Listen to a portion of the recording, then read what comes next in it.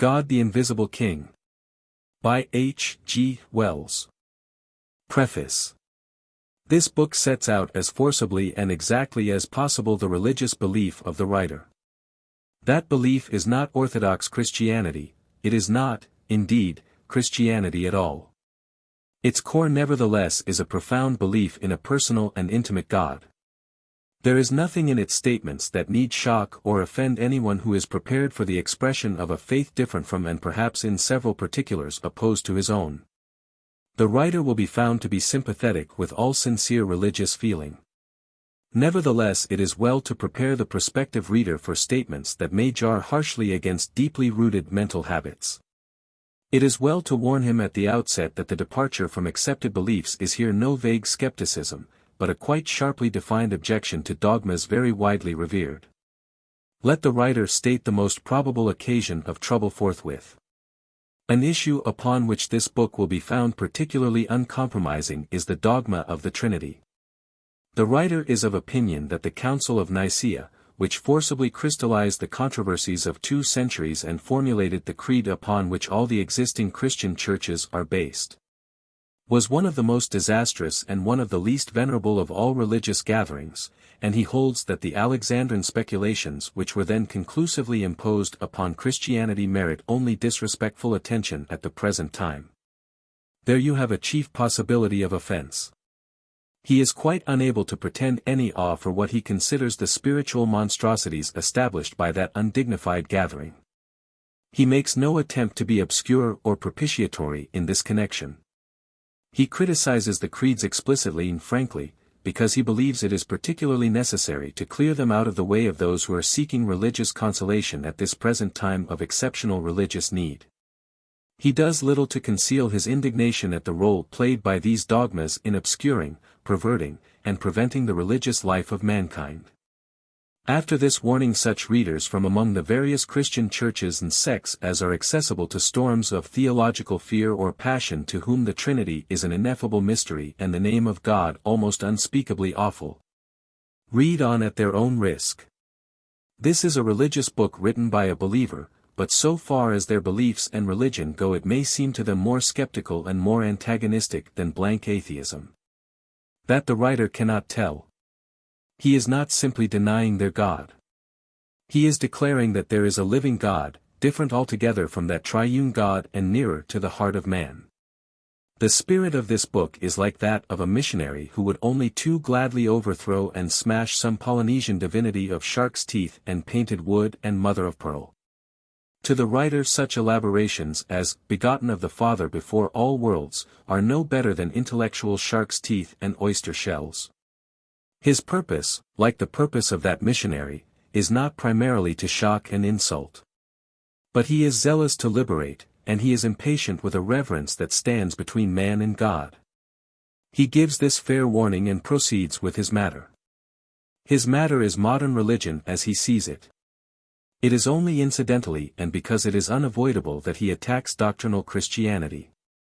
In a previous book, First and Last Things, Constable and Company, he has stated his convictions upon certain general ideas of life and thought as clearly as he could.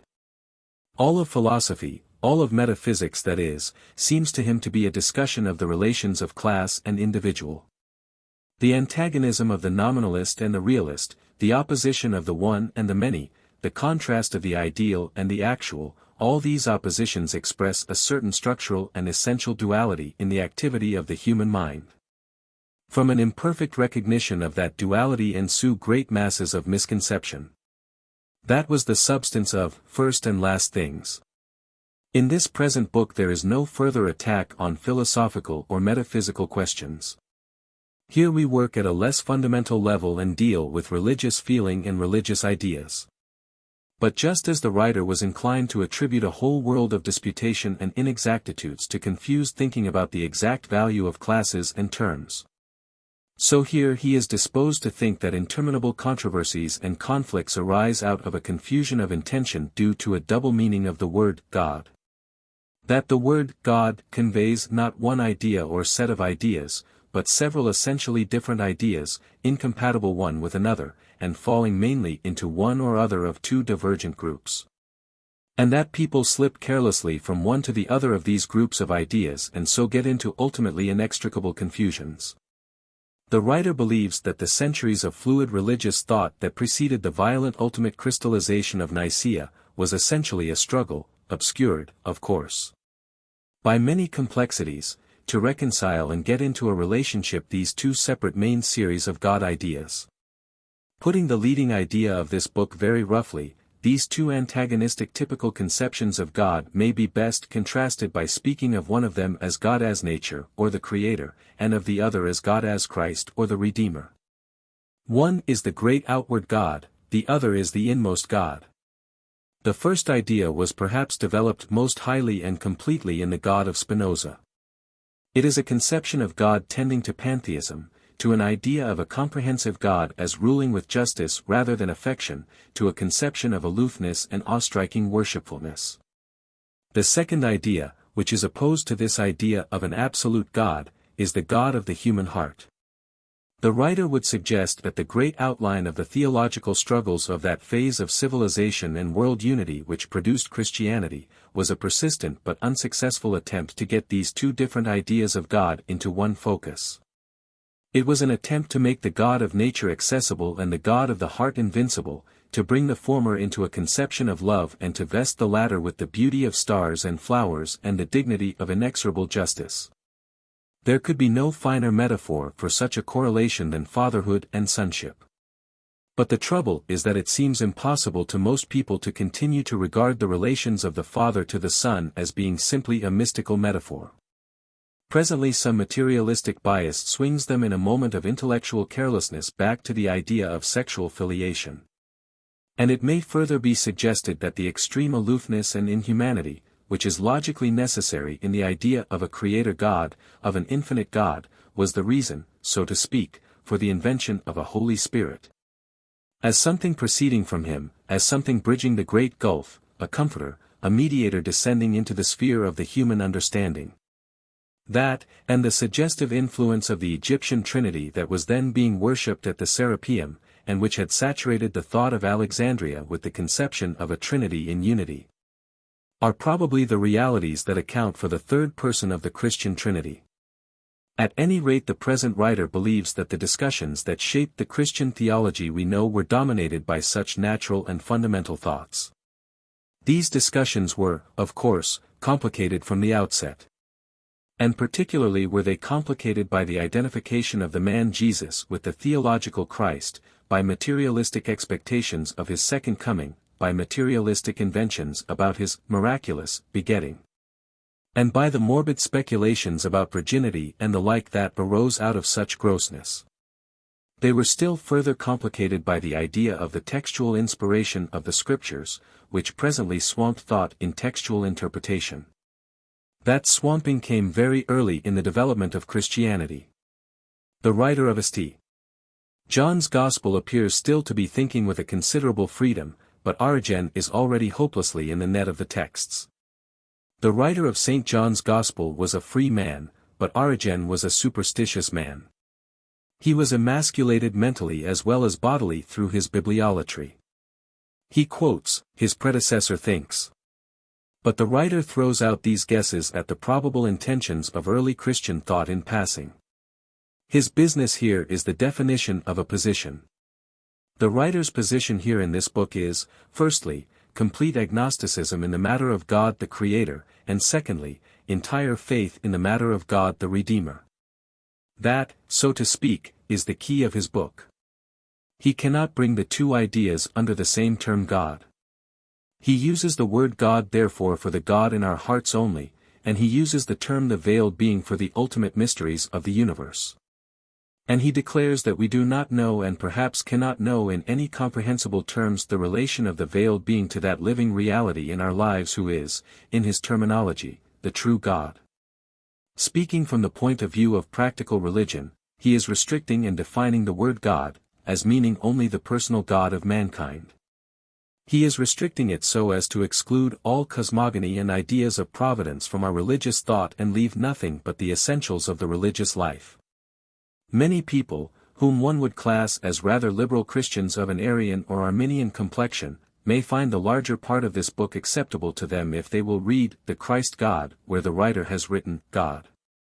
They will then differ from him upon little more than the question whether there is an essential identity in aim and quality between the Christ God and the veiled being, who answer to their Creator God.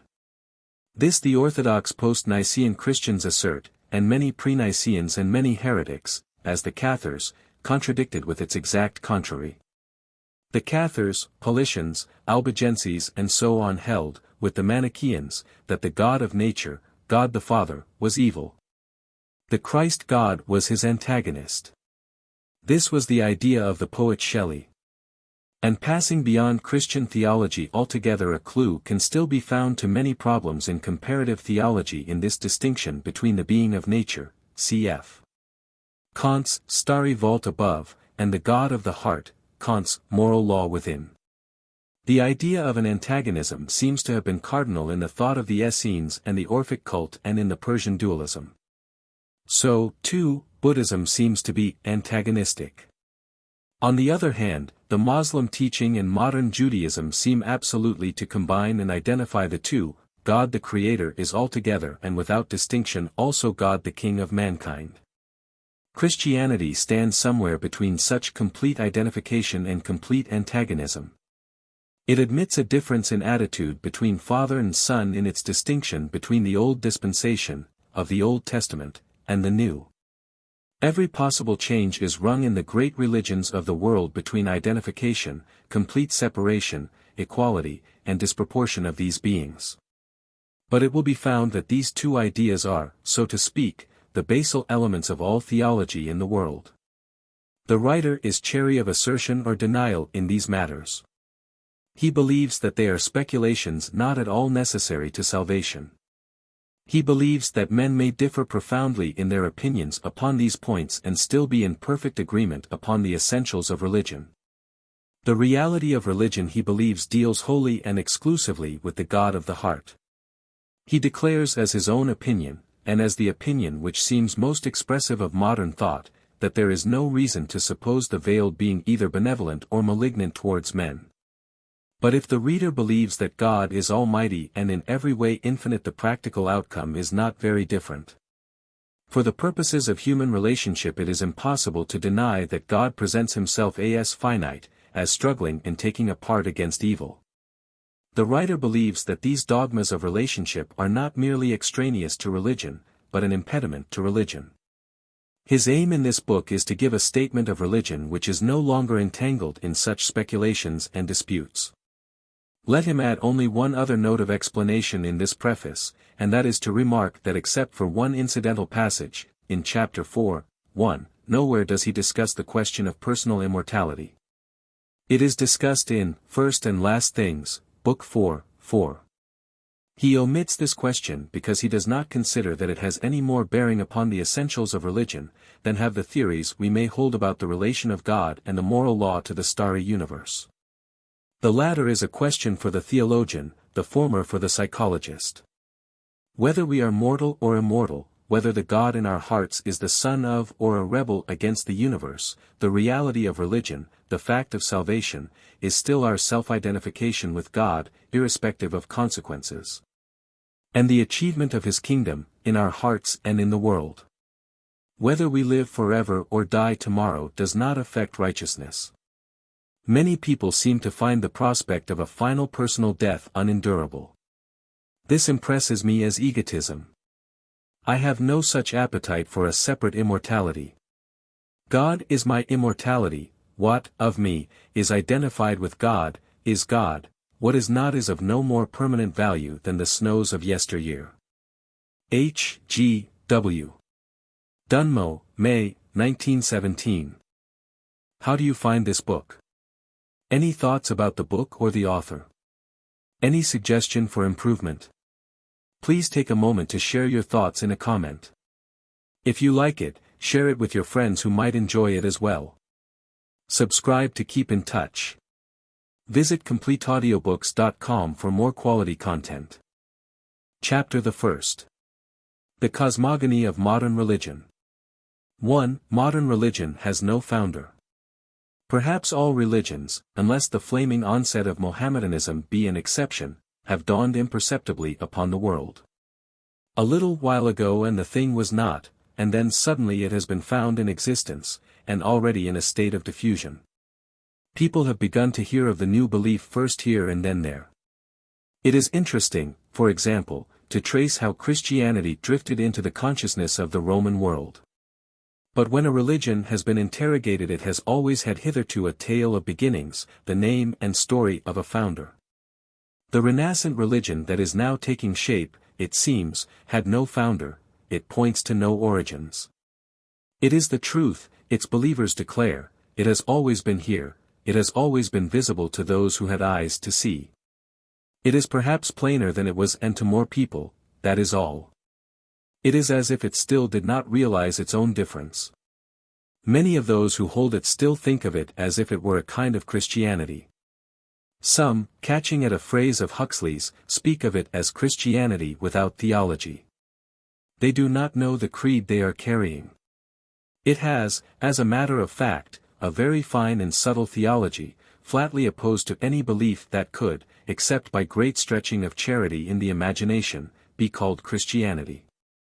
One might find, perhaps, a parallelism with the system ascribed to some Gnostics, but that is far more probably an accidental rather than a sympathetic coincidence. Of that the reader shall presently have an opportunity of judging. This indefiniteness of statement and relationship is probably only the opening phase of the new faith. Christianity also began with an extreme neglect of definition.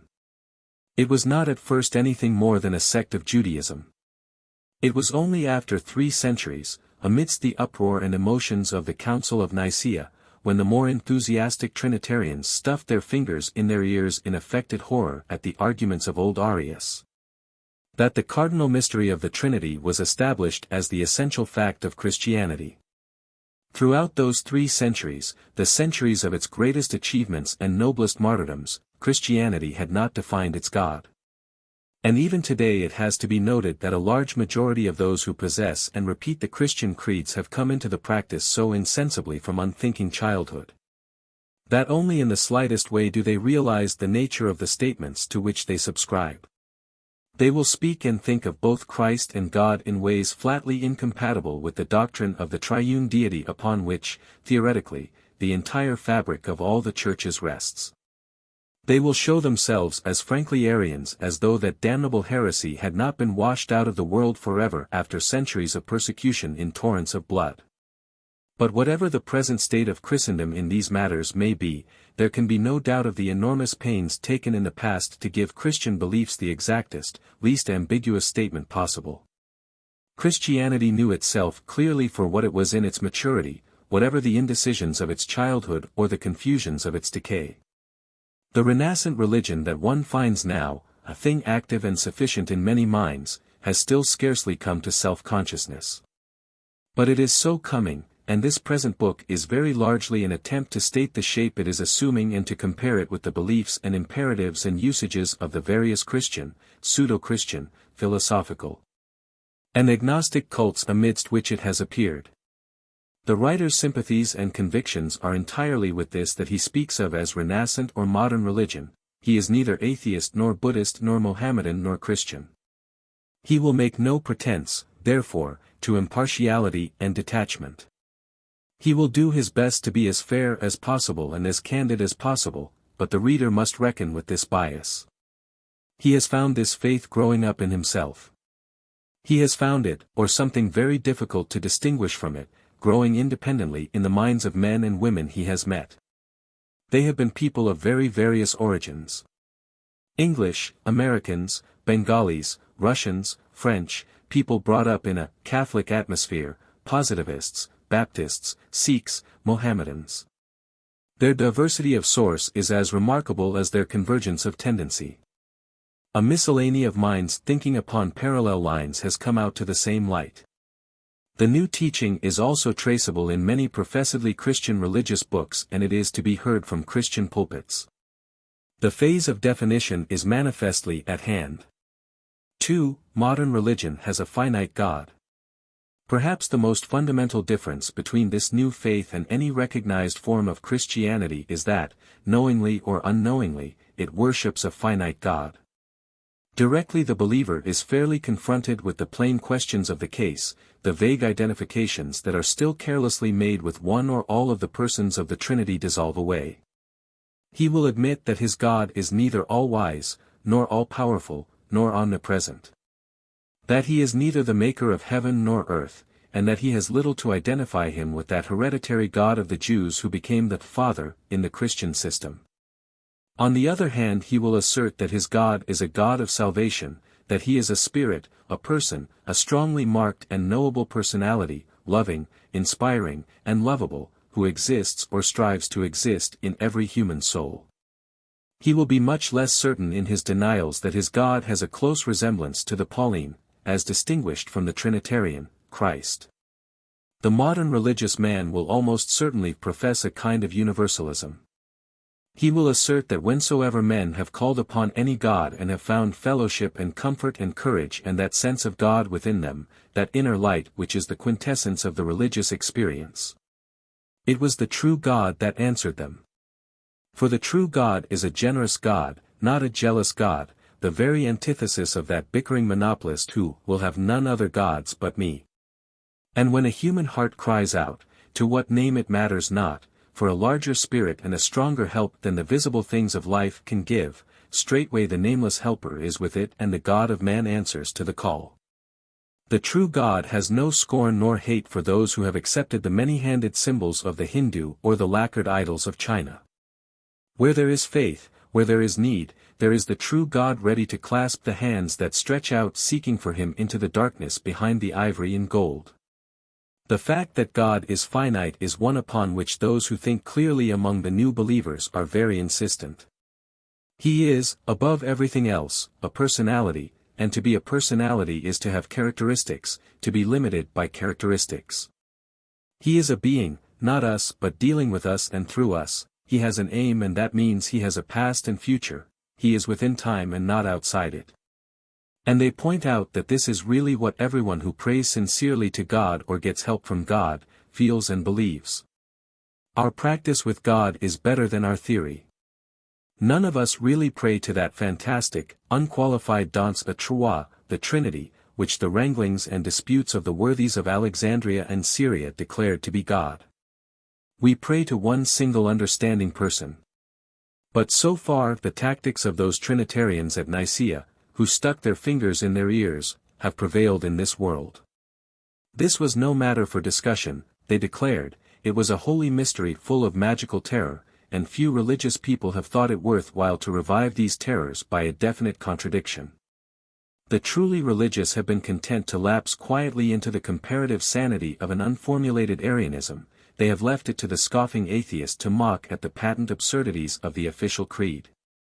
But one magnificent protest against this theological fantasy must have been the work of a sincerely religious man, the cold superb humor of that burlesque creed, ascribed, at first no doubt facetiously and then quite seriously, to Saint Athanasius the Great, which, by an irony far beyond its original intention, has become at last the accepted creed of the Church. The long truce in the criticism of Trinitarian theology is drawing to its end. It is when men most urgently need God that they become least patient with foolish presentations and dogmas. The new believers are very definitely set upon a thorough analysis of the nature and growth of the Christian creeds and ideas. There has grown up a practice of assuming that, when God is spoken of, the Hebrew Christian God of Nicaea is meant. But that God trails with him 1,000 misconceptions and bad associations, his alleged infinite nature, his jealousy, his strange preferences, his vindictive Old Testament past. These things do not even make a caricature of the true God. They compose an altogether different and antagonistic figure. It is a very childish and unphilosophical set of impulses that has led the theologians of nearly every faith to claim infinite qualities for their deity. One has to remember the poorness of the mental and moral quality of the churchmen of the 3rd, 4th, and 5th centuries who saddled Christendom with its characteristic dogmas, and the extreme poverty and confusion of the circle of ideas within which they thought. Many of these makers of Christianity, like Saint Ambrose of Milan, who had even to be baptized after his election to his bishopric, had been pitchforked into the church from civil life. They lived in a time of pitiless factions and personal feuds. They had to conduct their disputations amidst the struggles of would-be emperors, court eunuchs and favorites swayed their counsels, and popular rioting clinched their decisions. There was less freedom of discussion then in the Christian world than there is at present, 1916, in Belgium, and the whole audience of educated opinion by which a theory could be judged did not equal either in numbers or accuracy of information the present population of Constantinople. To these conditions we owe the claim that the Christian God is a magic God, very great medicine in battle, in hoc signo vinces, and the argument so natural to the minds of those days and so absurd to ours, that since he had all power, all knowledge, and existed for ever and ever, it was no use whatever to set up any other God against him. By the 5th century Christianity had adopted as its fundamental belief, without which everyone was to be damned everlastingly, a conception of God and of Christ's relation to God, of which even by the Christian account of his teaching, Jesus was either totally unaware or so negligent and careless of the future comfort of his disciples as scarcely to make mention.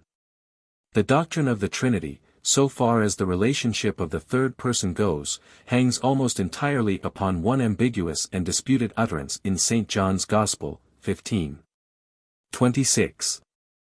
Most of the teachings of Christian orthodoxy resolve themselves to the attentive student into assertions of the nature of contradiction and repartee. Someone floats an opinion in some matter that has been hitherto vague, in regard, for example, to the sonship of Christ or to the method of his birth. The new opinion arouses the hostility and alarm of minds unaccustomed to so definite a statement, and in the zeal of their recoil they fly to a contrary proposition. The Christians would neither admit that they worshipped more gods than one because of the Greeks, nor deny the divinity of Christ because of the Jews. They dreaded to be polytheistic. Equally did they dread the least apparent detraction from the power and importance of their Savior. They were forced into the theory of the Trinity by the necessity of those contrary assertions, and they had to make it a mystery protected by curses to save it from a reductio ad absurdum. The entire history of the growth of the Christian doctrine in those disordered early centuries is a history of theology by committee, a history of furious wrangling, of hasty compromises, and still more hasty attempts to clinch matters by anathema. When the muddle was at its very worst, the Church was confronted by enormous political opportunities. In order that it should seize these, one chief thing appeared imperative: doctrinal uniformity. The Emperor himself, albeit unbaptized and very ignorant of Greek, came and seated himself in the midst of Christian thought upon a golden throne. At the end of it all Eusebius, that supreme trimmer, was prepared to damn everlastingly all those who doubted that consubstantiality he himself had doubted at the beginning of the conference. It is quite clear that Constantine did not care who was damned or for what period, so long as the Christians ceased to wrangle among themselves. The practical unanimity of Nicaea was secured by threats, and then, turning upon the victors, he sought by threats to restore Arius to communion. The imperial aim was a common faith to unite the empire. The crushing out of the Arians and of the Paulicians and such-like heretics, and more particularly the systematic destruction by the Orthodox of all heretical writings, had about it none of that quality of honest conviction which comes to those who have a real knowledge of God. It was a bawling down of dissensions that, left to work themselves out, would have spoilt good business. It was the fist of Nicholas of Myra over again, except that after the days of Ambrose the sword of the executioner and the fires of the book-burner were added to the weapon of the human voice. Priscillian was the first human sacrifice formally offered up under these improved conditions to the greater glory of the reinforced Trinity. Thereafter the blood of the heretics was the cement of Christian unity. It is with these things in mind that those who profess the new faith are becoming so markedly anxious to distinguish God from the Trinitarian's deity. At present, if anyone who has left the Christian communion declares himself a believer in God, priest and parson swell with self-complacency. There is no reason why they should do so. That many of us have gone from them and found God is no concern of theirs. It is not that we who went out into the wilderness which we thought to be a desert, away from their creeds and dogmas, have turned back and are returning. It is that we have gone on still further, and are beyond that desolation. Never more shall we return to those who gather under the cross. By faith we disbelieved and denied. By faith we said of that stuffed scarecrow of divinity, that incoherent accumulation of antique theological notions, the Nicene deity, this is certainly no God. And by faith we have found God. 3. The infinite being is not God. There has always been a demand upon the theological teacher that he should supply a cosmogony. It has always been an effective propagandist thing to say, our God made the whole universe. Don't you think that it would be wise to abandon your deity, who did not, as you admit, do anything of the sort? The attentive reader of the lives of the saints will find that this style of argument did in the past bring many tribes and nations into the Christian fold. It was second only to the claim of magic advantages, demonstrated by a free use of miracles. Only one great religious system, the Buddhist, seems to have resisted the temptation to secure for its divinity the honor and title of creator. Modern religion is like Buddhism in that respect. It offers no theory whatever about the origin of the universe. It does not reach behind the appearances of space and time. It sees only a featureless presumption in that playing with superlatives which has entertained so many minds from Plotinus to the Hegelians with the delusion that such negative terms as the absolute or the unconditioned can assert anything at all.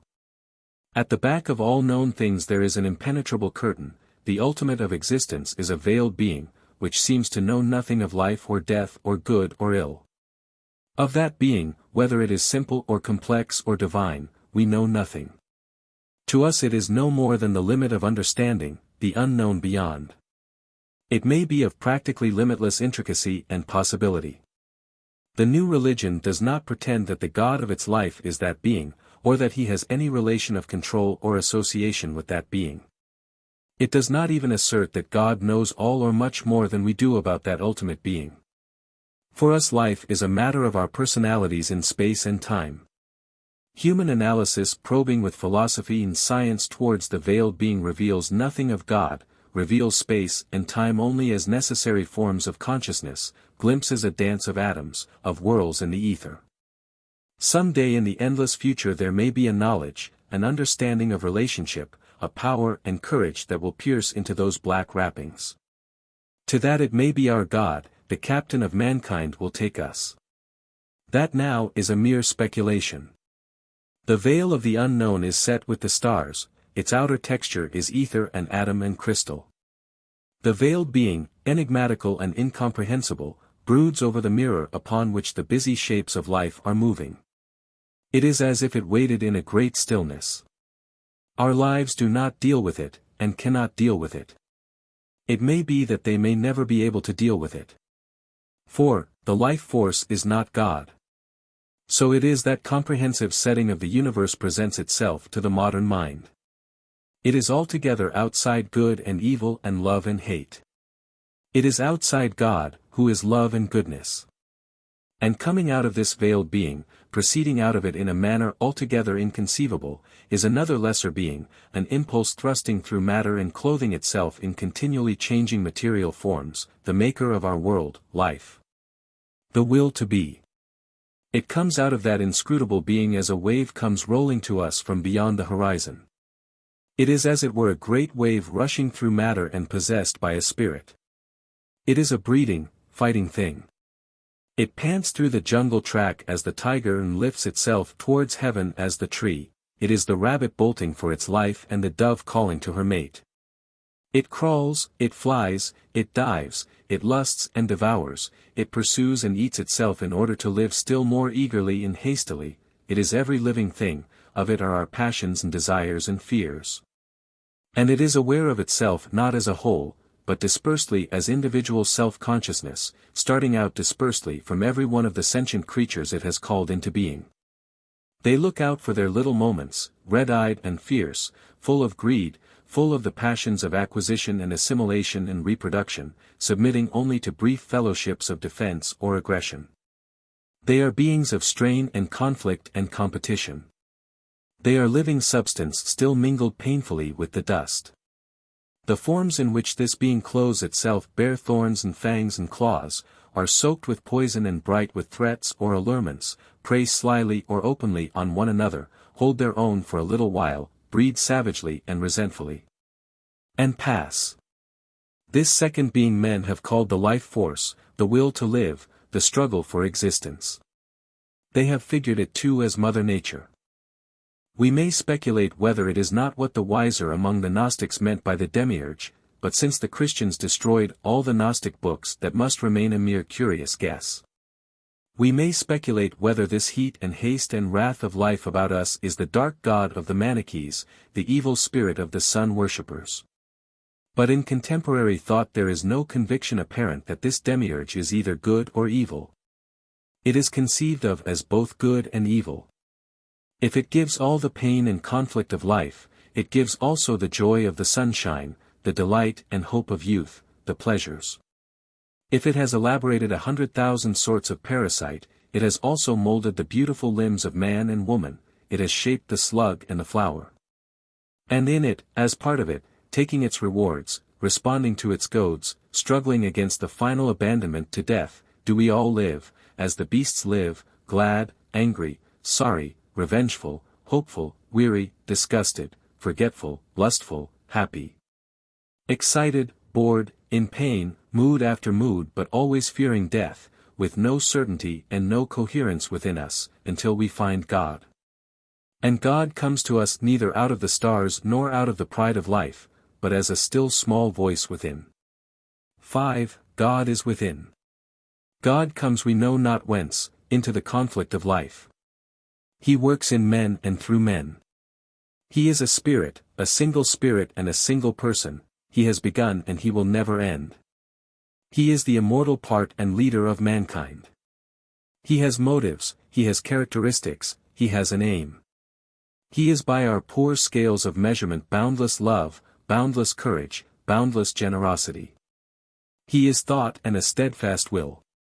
He is our friend and brother and the light of the world. That briefly is the belief of the modern mind with regard to God. There is no very novel idea about this God, unless it be the idea that he had a beginning. This is the God that men have sought and found in all ages, as God or as the Messiah or the Savior. The finding of him is salvation from the purposelessness of life. The new religion has but disentangled the idea of him from the absolutes and infinities and mysteries of the Christian theologians, from mythological virgin births and the cosmogonies and intellectual pretentiousness of a vanished age. Modern religion appeals to no revelation, no authoritative teaching, no mystery. The statement it makes is, it declares, a mere statement of what we may all perceive and experience. We all live in the storm of life, we all find our understandings limited by the veiled being. If we seek salvation and search within for God, presently we find him. All this is in the nature of things. If every one who perceives and states it were to be instantly killed and blotted out, presently other people would find their way to the same conclusions, and so on again and again. To this all true religion, casting aside its hulls of misconception, must ultimately come. To it indeed much religion is already coming. Christian thought struggles towards it, with the millstones of Syrian theology and an outrageous mythology of incarnation and resurrection about its neck. When at last our present bench of bishops join the early fathers of the Church in heaven, there will be, I fear, a note of reproach in their greeting of the ingenious person who saddled them with omnipotence. Still more disastrous for them has been the virgin birth, with the terrible fascination of its detail for unpoetic minds. How rich is the literature of authoritative Christianity with decisions upon the continuing virginity of Mary and the virginity of Joseph, ideas that first arose in Arabia as a Moslem gloss upon Christianity, and how little have these peepings and pryings to do with the needs of the heart and the finding of God.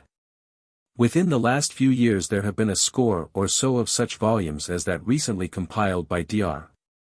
Fowkes Jackson, entitled The Faith and the War, a volume in which the curious reader may contemplate deans and canons, divines and church dignitaries, men intelligent and inquiring and religiously disposed, all lying like overladen camels, panting under this load of obsolete theological responsibility, groaning great articles, outside the needle's eye that leads to God. 6. The coming of God. Modern religion bases its knowledge of God and its account of God entirely upon experience. It has encountered God.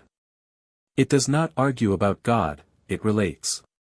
It relates without any of those wrappings of awe and reverence that fold so necessarily about imposture. It relates as one tells of a friend and his assistance, of a happy adventure, of a beautiful thing found and picked up by the wayside. So far as its psychological phases go, the new account of personal salvation tallies very closely with the account of conversion, as it is given by other religions. It has little to tell that is not already familiar to the reader of William James's Varieties of Religious Experience. It describes an initial state of distress with the aimlessness and cruelties of life, and particularly with the futility of the individual life, a state of helpless self-disgust, of inability to form any satisfactory plan of living. This is the common prelude known to many sorts of Christian as conviction of sin. It is, at any rate, a conviction of hopeless confusion. Then in some way the idea of God comes into the distressed mind, at first simply as an idea, without substance or belief. It is read about or it is remembered, it is expounded by some teacher or some happy convert. In the case of all those of the new faith with whose personal experience I have any intimacy, the idea of God has remained for some time simply as an idea floating about in a mind still dissatisfied. God is not believed in, but it is realized that if there were such a being he would supply the needed consolation and direction, his continuing purpose would knit together the scattered effort of life. His immortality would take the sting from death. Under this realization the idea is pursued and elaborated. For a time there is a curious resistance to the suggestion that God is truly a person. He is spoken of preferably by such phrases as the purpose in things, as the racial consciousness, as the collective mind. I believe that this resistance in so many contemporary minds to the idea of God as a person is due very largely to the enormous prejudice against divine personality created by the absurdities of the Christian teaching and the habitual monopoly of the Christian idea. The picture of Christ as the Good Shepherd thrusts itself before minds unaccustomed to the idea that they are lambs. The cross in the twilight bars the way. It is a novelty and an enormous relief to such people to realize that one may think of God without being committed to think of either the Father, the Son, or the Holy Ghost, or of all of them at once. That freedom had not seemed possible to them. They had been hypnotized and obsessed by the idea that the Christian God is the only thinkable God. They had heard so much about that God and so little of any other. With that release their minds become, as it were, nascent and ready for the coming of God. Then suddenly, in a little while, in his own time, God comes. This cardinal experience is an undoubting, immediate sense of God. It is the attainment of an absolute certainty that one is not alone in oneself. It is as if one was touched at every point by a being akin to oneself, sympathetic, beyond measure wiser, steadfast and pure in aim. It is completer and more intimate, but it is like standing side by side with and touching someone that we love very dearly and trust completely. It is as if this being bridged 1,000 misunderstandings and brought us into fellowship with a great multitude of other people.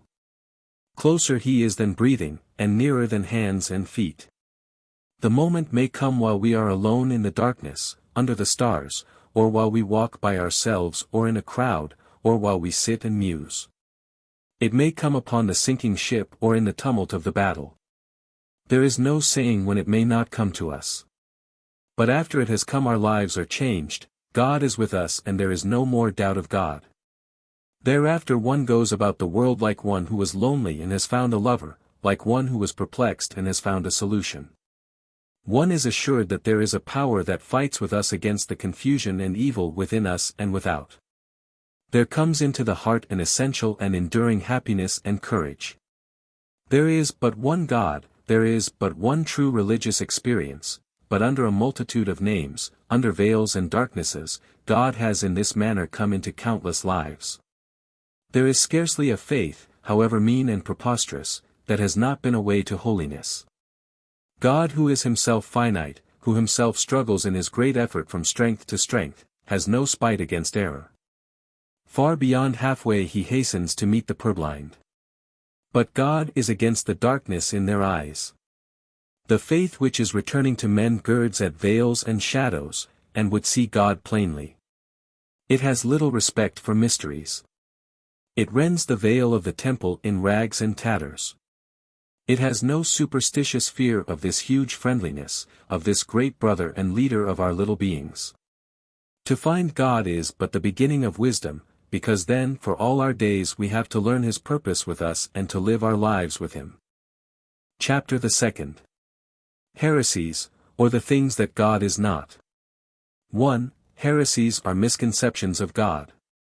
Religion is not a plant that has grown from one seed, it is like a lake that has been fed by countless springs. It is a great pool of living water, mingled from many sources and tainted with much impurity. It is synthetic in its nature, it becomes simpler from original complexities, the sediment subsides.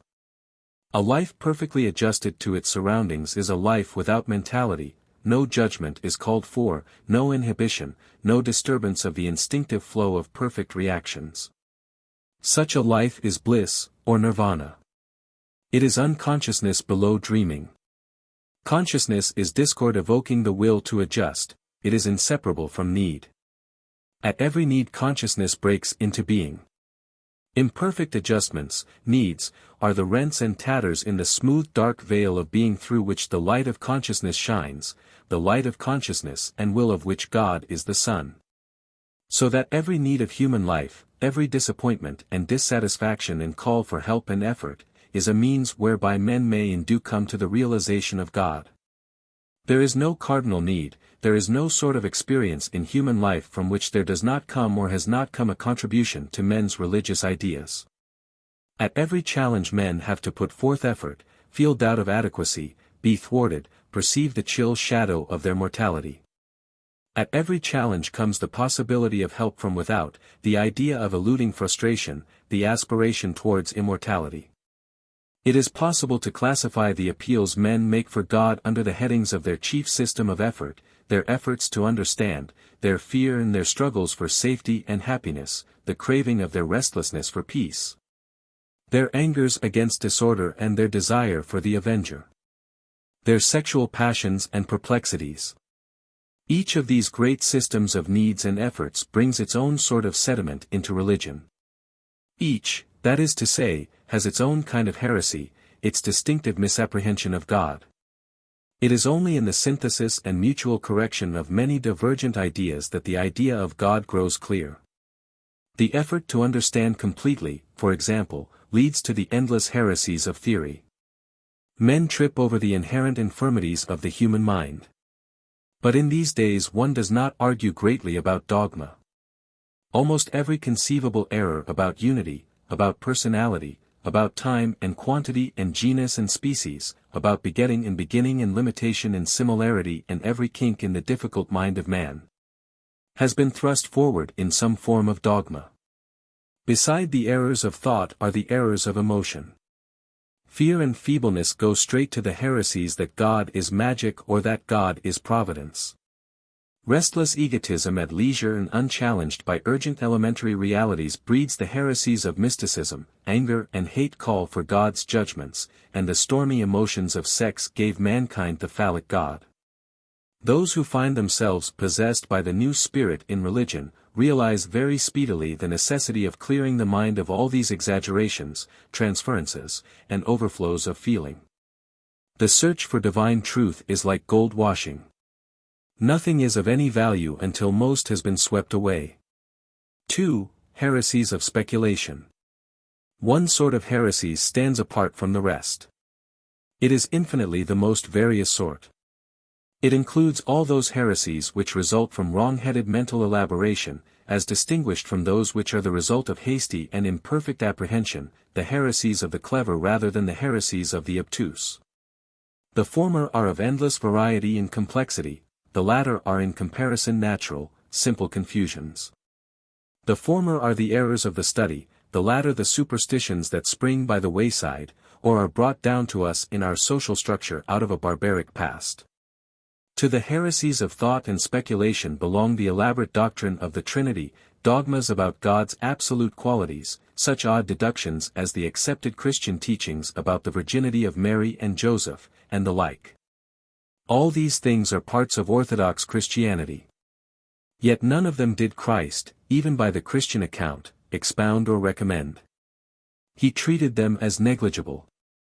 It was left for the Alexandrians, for Alexander, for little, red-haired, busy, wire-pulling Athanasius to find out exactly what their master was driving at, 3 centuries after their master was dead.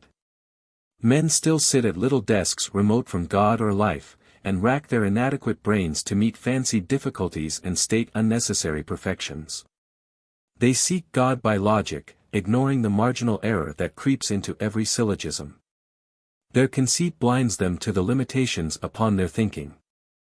They weave spider-like webs of muddle and disputation across the path by which men come to God. It would not matter very much if it were not that simpler souls are caught in these webs. Every great religious system in the world is choked by such webs, each system has its own. Of all the blood-stained tangled heresies which make up doctrinal Christianity and imprison the mind of the Western world today, not one seems to have been known to the nominal founder of Christianity. Jesus Christ never certainly claimed to be the Messiah, never spoke clearly of the Trinity, was vague upon the scheme of salvation and the significance of his martyrdom. We are asked to suppose that he left his apostles without instructions, that were necessary to their eternal happiness, that he could give them the Lord's Prayer but leave them to guess at the all-important creed. And that the Church staggered along blindly, putting its foot in and out of damnation, until the experts of Nicaea, that garland of priests, marshaled by Constantine's officials, came to its rescue. From the conversion of Paul onward, the heresies of the intellect multiplied about Christ's memory and hid him from the sight of men. We are no longer clear about the doctrine he taught nor about the things he said and did. Even the Apostles' Creed is not traceable earlier than the 4th century. It is manifestly an old, patched formulary. Rutinius explains that it was not written down for a long time, but transmitted orally, kept secret, and used as a sort of password among the elect. We are all so weary of this theology of the Christians, we are all at heart so skeptical about their triune God, that it is needless here to spend any time or space upon the 20,000 different formulae in which the Orthodox have attempted to believe in something of the sort. There are several useful encyclopedias of sects and heresies, compact, but still bulky, to which the curious may go. There are 10,000 different expositions of orthodoxy. No one who really seeks God thinks of the Trinity, either the Trinity of the Trinitarian or the Trinity of the Sabellian or the Trinity of the Arian, any more than one thinks of those theories made stone, those gods with 3 heads and 7 hands, who sit on lotus leaves and flourish lingams and what not, in the temples of India.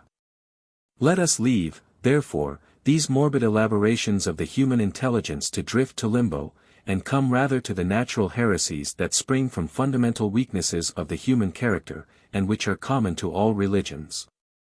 Against these it is necessary to keep constant watch. They return very insidiously. 3. God is not magic. One of the most universal of these natural misconceptions of God is to consider him as something magic serving the ends of men. It is not easy for us to grasp at first the full meaning of giving our souls to God. The missionary and teacher of any creed is all too apt to hawk God for what he will fetch, he is greedy for the poor triumph of acquiescence. And so it comes about that many people who have been led to believe themselves religious, are in reality still keeping back their own souls and trying to use God for their own purposes. God is nothing more for them as yet than a magnificent fetish. They did not really want him, but they have heard that he is potent stuff, their unripe souls think to make use of him. They call upon his name, they do certain things that are supposed to be peculiarly influential with him, such as saying prayers and repeating gross praises of him, or reading in a blind, industrious way that strange miscellany of Jewish and early Christian literature, the Bible, and such like mental mortification, or making the Sabbath dull and uncomfortable. In return for these fetishistic propitiations God is supposed to interfere with the normal course of causation in their favor.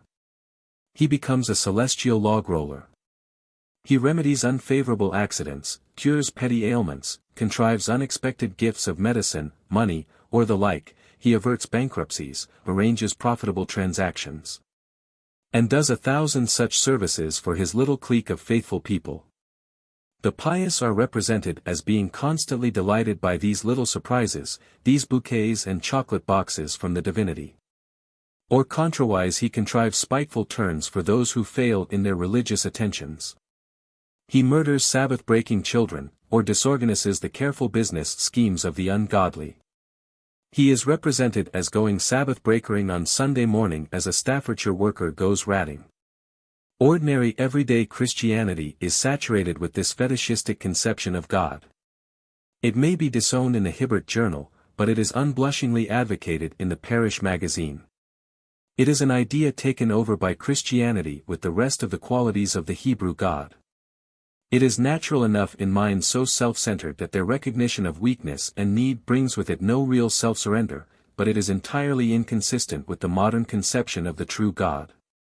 There has dropped upon the table as I write a modest periodical called the Northern British Israel Review, illustrated with portraits of various clergymen of the Church of England, and of ladies and gentlemen who belong to the little school of thought which this magazine represents.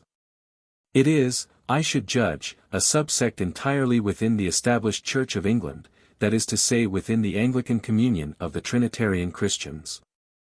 It contains among other papers a very entertaining summary by a gentleman entitled, I cite the unusual title page of the periodical, Landseer Mackenzie, Esq., of the views of Isaiah, Ezekiel, and Obadiah upon the Kaiser William. They are distinctly hostile views. Mr. Landseer Mackenzie discourses not only upon these anticipatory condemnations but also upon the relations of the weather to this war. He is convinced quite simply and honestly that God has been persistently rigging the weather against the Germans. He points out that the absence of mist on the North Sea was of great help to the British in the autumn of 1914, and declares that it was the wet state of the country that really held up the Germans in Flanders in the winter of 1914-15. He ignores the part played by the weather in delaying the relief of Kut el Amara, and he has not thought of the difficult question why the deity, having once decided upon intervention, did not, instead of this comparatively trivial meteorological assistance, adopt the more effective course of, for example, exploding or spoiling the German stores of ammunition by some simple atomic miracle, or misdirecting their gunfire by a sudden local modification of the laws of refraction or gravitation. Since these views of God come from Anglican vicarages, I can only conclude that this kind of belief is quite orthodox and permissible in the established Church. And that I am charging Orthodox Christianity here with nothing that has ever been officially repudiated.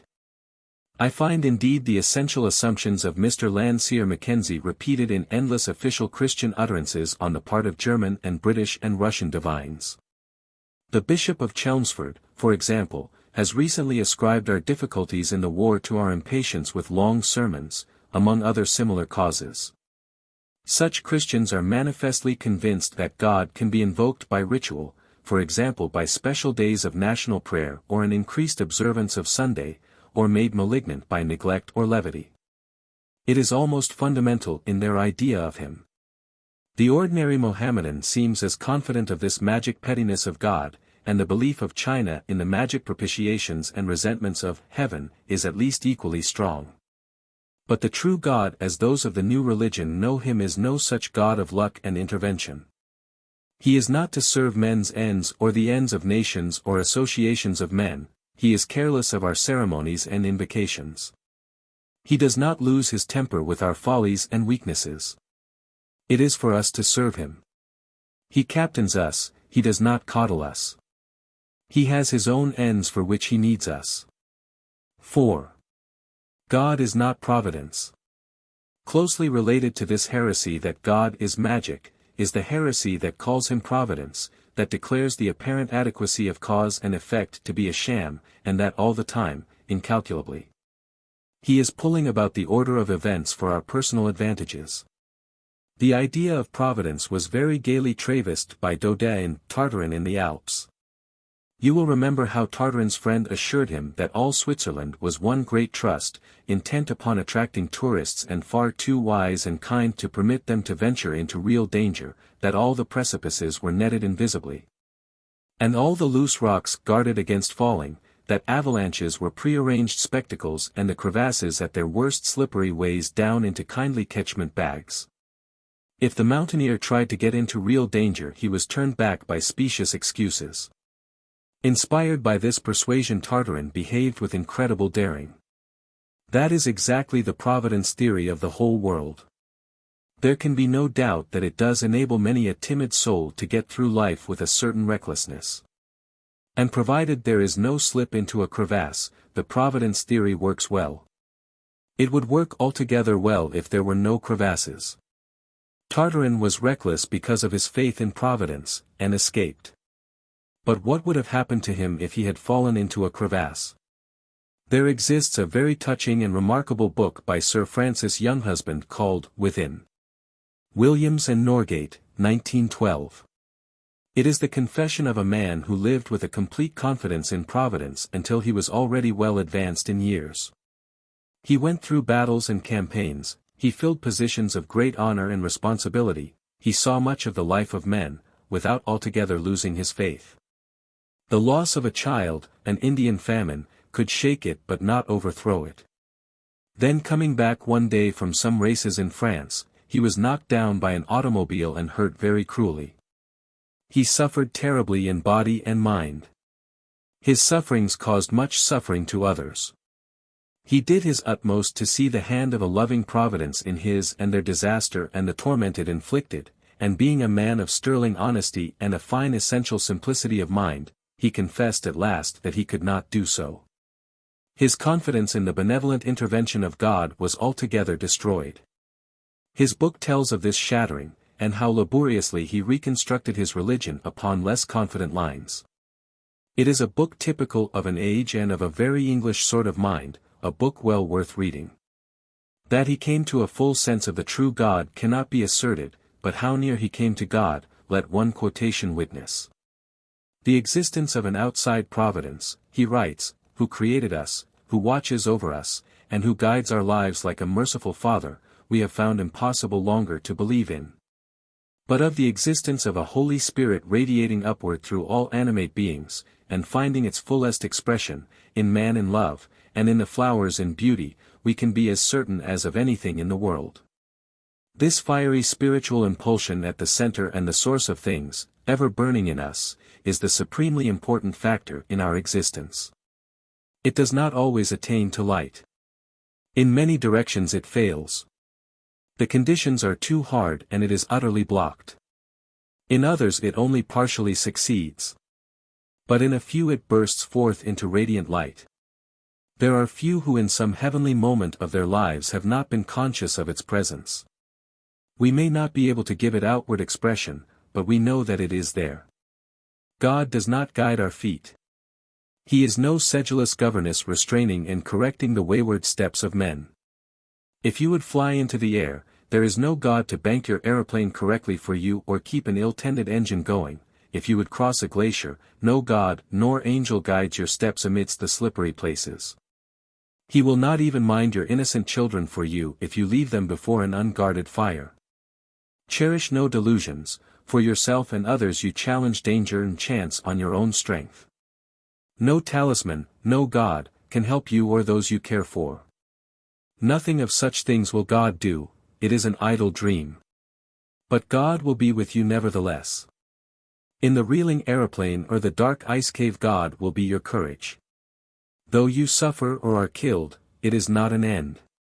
He will be with you as you face death, he will die with you as he has died already countless myriads of brave deaths.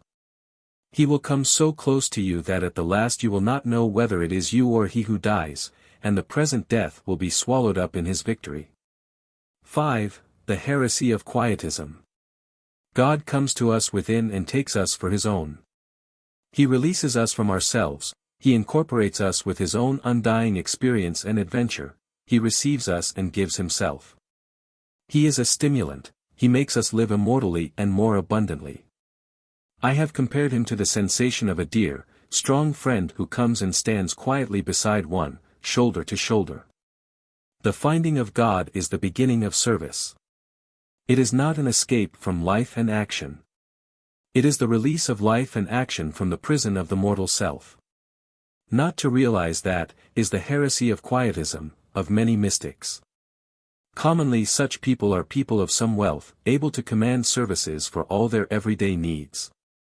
They make religion a method of indolence. They turn their backs on the toil and stresses of existence and give themselves up to a delicious reverie in which they flirt with the divinity. They will recount their privileges and ecstasies, and how ingeniously and wonderfully God has tried and proved them. But indeed the true God was not the lover of Madame Guyon. The true God is not a spiritual troubadour wooing the hearts of men and women to no purpose. The true God goes through the world like fifes and drums and flags, calling for recruits along the street. We must go out to him. We must accept his discipline and fight his battle. The peace of God comes not by thinking about it but by forgetting oneself in him. 6. God does not punish. Man is a social animal, and there is in him a great faculty for moral indignation. Many of the early gods were mainly gods of fear. They were more often wrath than not. Such was the temperament of the Semitic deity who, as the Hebrew Jehovah, proliferated, perhaps under the influence of the Alexandrian Serapeum, into the Christian Trinity and who became also the Muslim God. The natural hatred of unregenerate men against everything that is unlike themselves, against strange people and cheerful people, against unfamiliar usages and things they do not understand, embodied itself in this conception of a malignant and partisan deity, perpetually upset by the little things people did, and contriving murder and vengeance. Now this God would be drowning everybody in the world, now he would be burning Sodom and Gomorrah, now he would be inciting his congenial Israelites to the most terrific pogroms.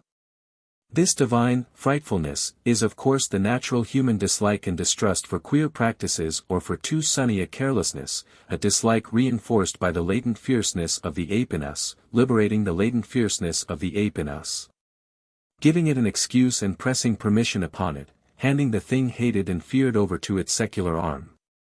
It is not so generally understood as it should be among English and American readers that a very large proportion of early Christians before the creeds established and regularized the doctrine of the Trinity denied absolutely that Jehovah was God. They regarded Christ as a rebel against Jehovah and a rescuer of humanity from him, just as Prometheus was a rebel against Jove. These beliefs survived for 1,000 years throughout Christendom. They were held by a great multitude of persecuted sects, from the Albigenses and Cathars to the Eastern Paulicians. The Catholic Church found it necessary to prohibit the circulation of the Old Testament among laymen very largely on account of the polemics of the Cathars against the Hebrew God. But in this book, be it noted, the word Christian, when it is not otherwise defined, is used to indicate only the Trinitarians who accept the official creeds. It is a human paradox that the desire for seemliness, the instinct for restraints and fair disciplines, and the impulse to cherish sweet familiar things, that these things of the true God should so readily liberate cruelty and tyranny. It is like a woman going with a light to tend and protect her sleeping child, and setting the house on fire. Nonetheless, right down to today, the heresy of God the revengeful, God the persecutor and avenger, haunts religion. It is only in quite recent years that the growing gentleness of everyday life has begun to make men a little ashamed of a deity less tolerant and gentle than themselves. The recent literature of the Anglicans abounds in the evidence of this trouble. Bishop Colenso of Nadal was prosecuted and condemned in 1863 for denying the irascibility of his God and teaching, the Kafirs of Nadal, the dangerous heresy that God is all mercy. We cannot allow it to be said, the Dean of Cape Town insisted, that God was not angry and was not appeased by punishment. He was angry on account of sin, which is a great evil and a great insult to His Majesty. The case of the Rev. Charles Voysey, which occurred in 1870, was a second assertion of the Church's insistence upon the fierceness of her God. This case is not to be found in the ordinary Church histories nor is it even mentioned in the latest edition of the Encyclopaedia Britannica, nevertheless it appears to have been a very illuminating case. It is doubtful if the Church would prosecute or condemn either Bishop Colenso or Mr. Voicy today. 7. God and the Nursery Maid. Closely related to the heresy of God the Avenger, is that kind of miniature God the Avenger, to whom the nursery maid and the overtaxed parent are so apt to appeal. You stab your children with such a God and he poisons all their lives. For many of us the word God first came into our lives to denote a wanton, irrational restraint, as bogey, as the all-seeing and quite ungenerous eye. God bogey is a great convenience to the nursery maid who wants to leave fear to mind her charges and enforce her disciplines, while she goes off upon her own aims. But indeed, the teaching of God bogey is an outrage upon the soul of a child scarcely less dreadful than an indecent assault. The reason rebels and is crushed under this horrible and pursuing suggestion. Many minds never rise again from their injury. They remain for the rest of life spiritually crippled and debased, haunted by a fear, stained with a persuasion of relentless cruelty in the ultimate cause of all things. I, who write, was so set against God, thus rendered. He and his hell were the nightmare of my childhood. I hated him while I still believed in him, and who could help but hate? I thought of him as a fantastic monster, perpetually spying, perpetually listening, perpetually waiting to condemn and to strike me dead, his flames as ready as a grill-room fire. He was over me and about my feebleness and silliness and forgetfulness as the sky and sea would be about a child drowning in mid-Atlantic. When I was still only a child of 13, by the grace of the true God in me, I flung this lie out of my mind, and for many years, until I came to see that God himself had done this thing for me. The name of God meant nothing to me but the hideous scar in my heart where a fearful demon had been. I see about me today many dreadful moral and mental cripples with this bogey God of the nursery maid, with his black, insane revenges, still living like a horrible parasite in their hearts in the place where God should be. They are afraid, they dare not be kindly to formal sinners, they dare not abandon 100 foolish observances, they dare not look at the causes of things. They are afraid of sunshine, of nakedness, of health, of adventure, of science, lest that old watching spider take offense. The voice of the true God whispers in their hearts, echoes in speech and writing, but they avert themselves, fear-driven. For the true God has no lash of fear. And how the foul-minded bigot, with his ill-shaven face, his greasy skin, his thick, gesticulating hands, his bellowings and threatenings, loves to reap this harvest of fear the ignorant cunning of the nursery girl has sown for him. How he loves the importance of denunciation, and, himself a malignant cripple, to rally the company of these crippled souls to persecute and destroy the happy children of God. Christian priestcraft turns a dreadful face to children. There is a real wickedness of the priest that is different from other wickedness, and that affects a reasonable mind just as cruelty and strange perversions of instinct affect it. Let a former Archbishop of Canterbury speak for me. This that follows is the account given by Archbishop Tate in a debate in the Upper House of Convocation, July 3, 1877, of one of the publications of a certain Society of the Holy Cross. I take this book, as its contents show, to be meant for the instruction of very young children. I find, in one of the pages of it, the statement that between the ages of 6 and 6½ years would be the proper time for the inculcation of the teaching which is to be found in the book. Now, 6 to 6½ is certainly a very tender age, and to these children I find these statements addressed in the book. It is to the priest, and to the priest only, that the child must acknowledge his sins, if he desires that God should forgive him. I hope and trust the person, the 3 clergymen, or however many there were, did not exactly realize what they were writing, that they did not mean to say that a child was not to confess its sins to God direct. That it was not to confess its sins, at the age of 6, to its mother, or to its father, but was only to have recourse to the priest. But the words, to say the least of them, are rash. Then comes the very obvious question. Do you know why? It is because God, when he was on earth, gave to his priests, and to them alone, the divine power of forgiving men their sins. It was to priests alone that Jesus said, "Receive ye the Holy Ghost." Those who will not confess will not be cured. Sin is a terrible sickness, and casts souls into hell. That is addressed to a child 6 years of age. I have known, the book continues, poor children who concealed their sins in confession for years. They were very unhappy, were tormented with remorse, and if they had died in that state they would certainly have gone to the everlasting fires of hell. Now here is something against nature, something that I have seen time after time in the faces and bearing of priests and heard in their preaching. It is a distinct lust. Much nobility and devotion there are among priests, saintly lives and kindly lives, lives of real worship, lives no man may better. This that I write is not of all, perhaps not of many priests. But there has been in all ages that have known sacerdotalism this terrible type of the priest. Priestcraft and priestly power release an aggressive and narrow disposition to a recklessness of suffering and a hatred of liberty that surely exceeds the badness of any other sort of men. 8. The children's God. Children do not naturally love God.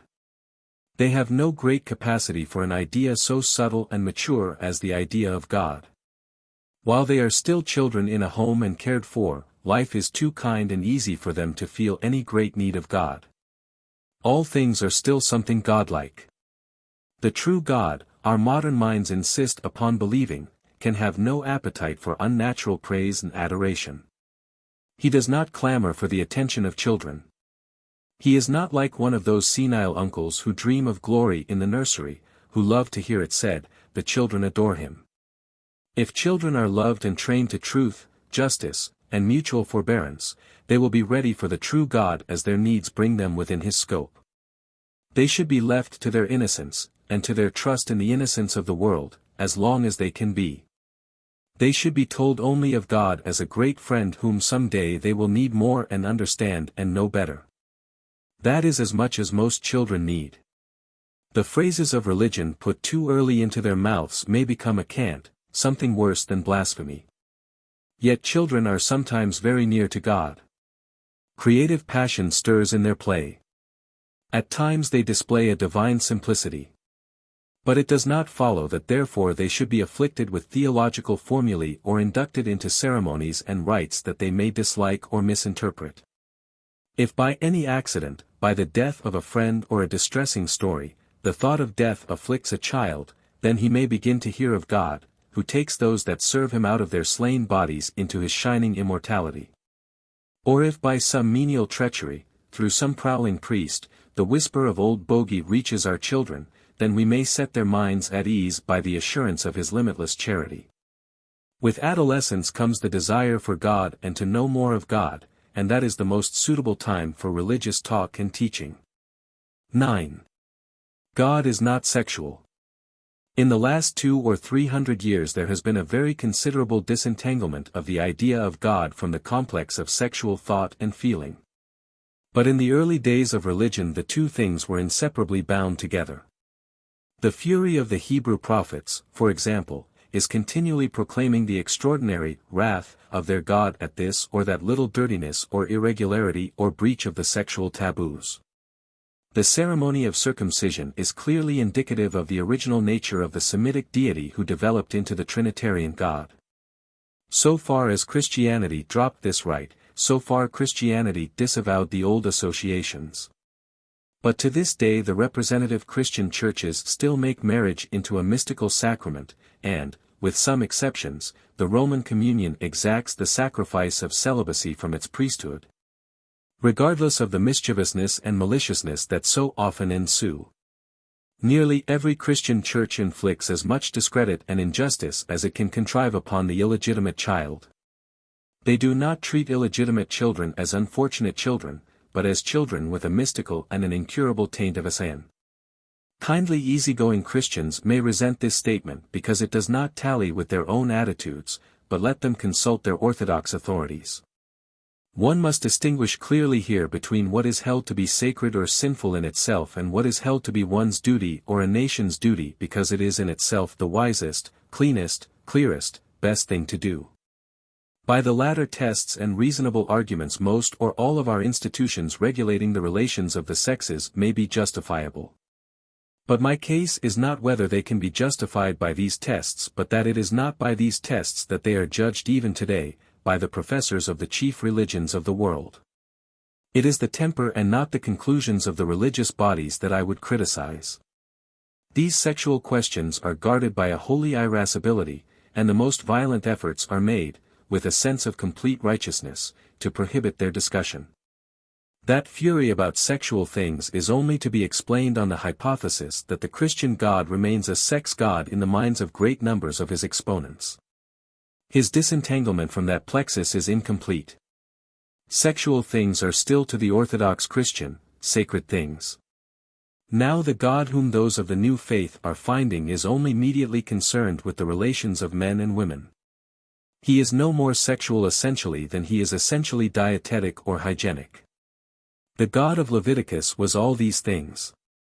He is represented as prescribing the most petty and intimate of observances, many of which are now habitually disregarded by the Christians who profess him.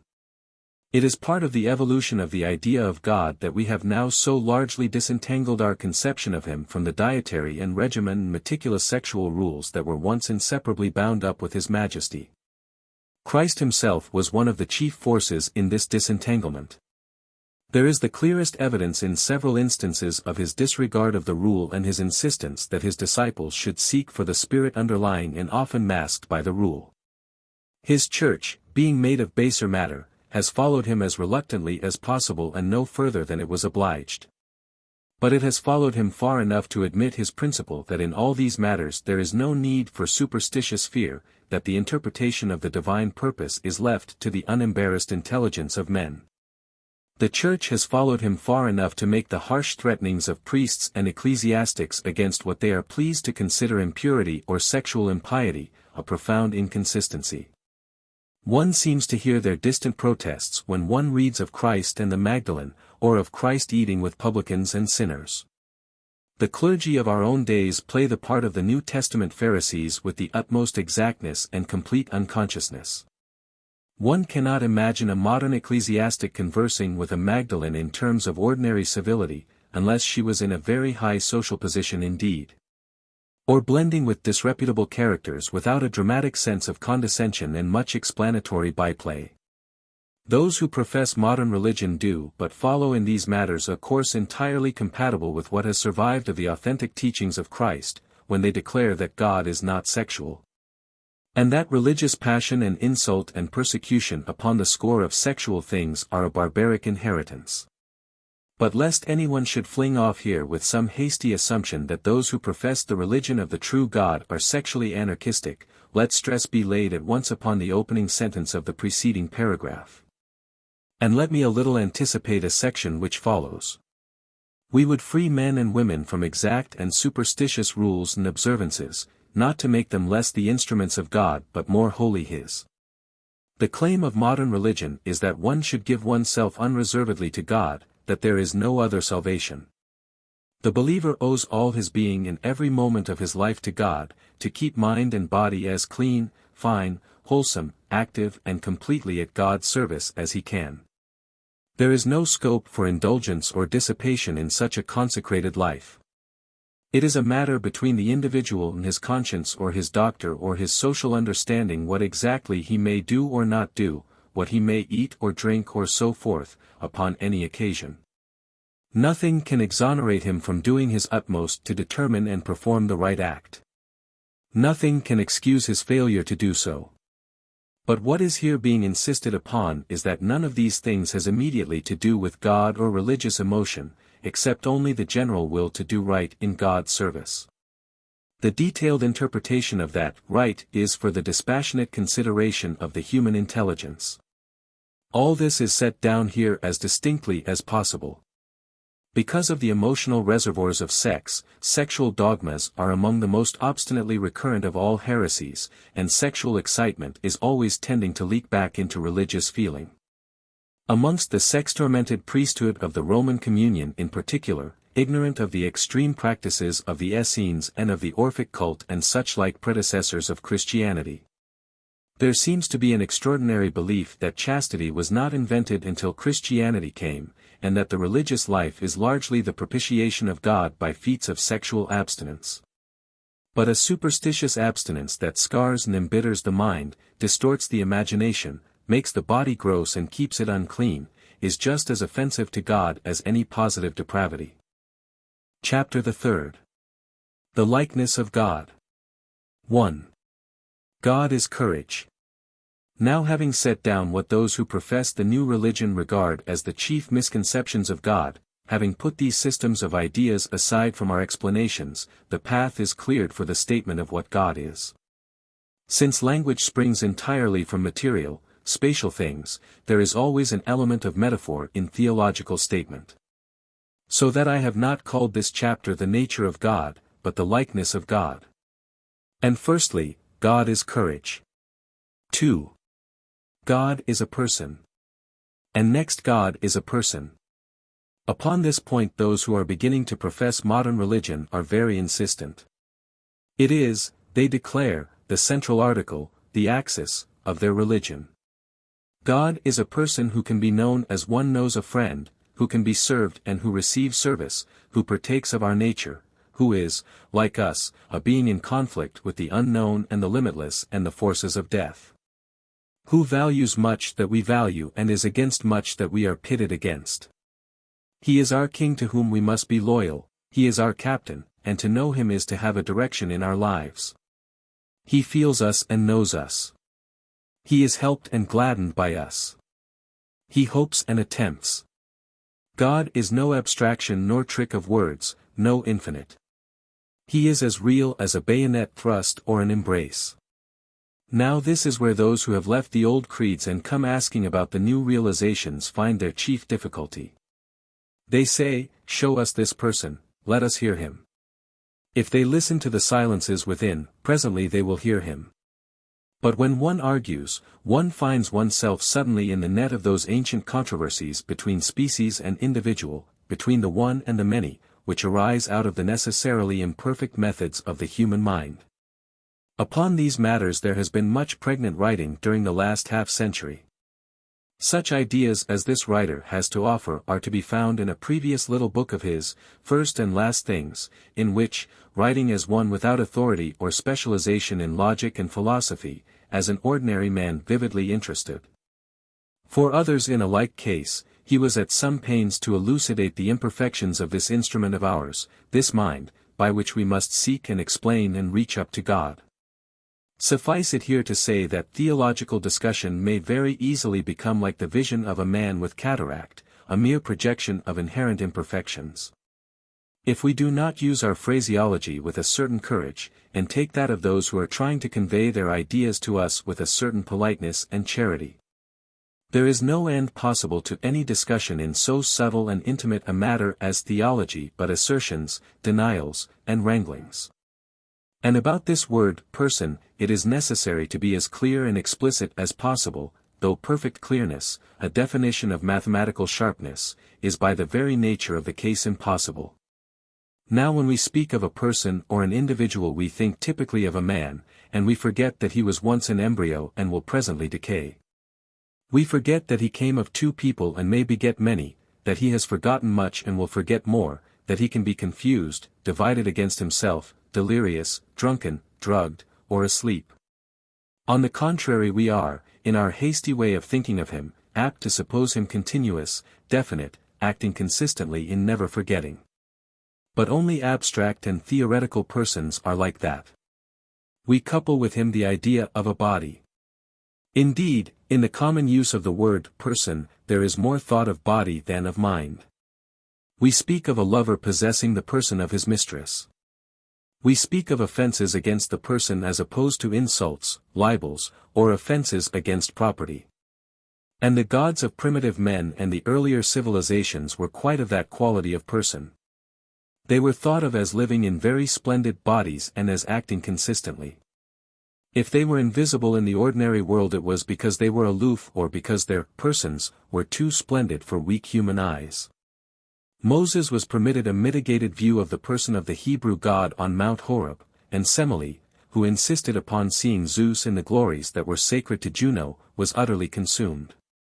The early Islamic conception of God, like the conception of most honest, simple Christians today, was clearly, in spite of the theologians, of a very exalted anthropomorphic personality away somewhere in heaven.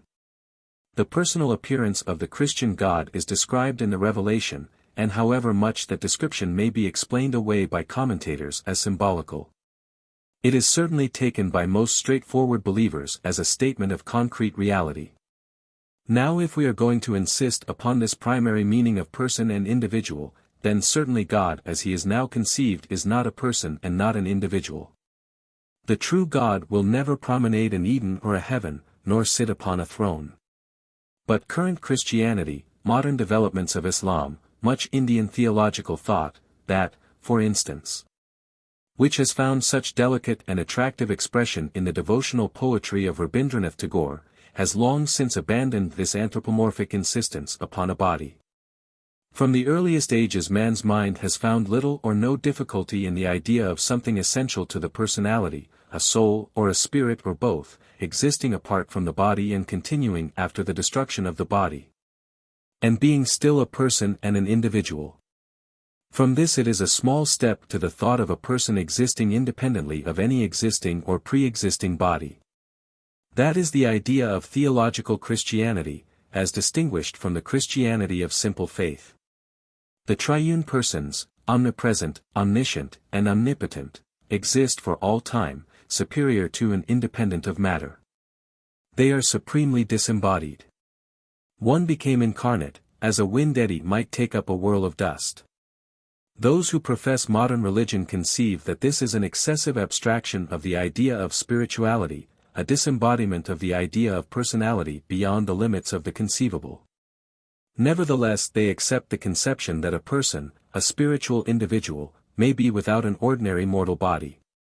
They declare that God is without any specific body, that he is immaterial, that he can affect the material universe, and that means that he can only reach our sight, our hearing, our touch, through the bodies of those who believe in him and serve him.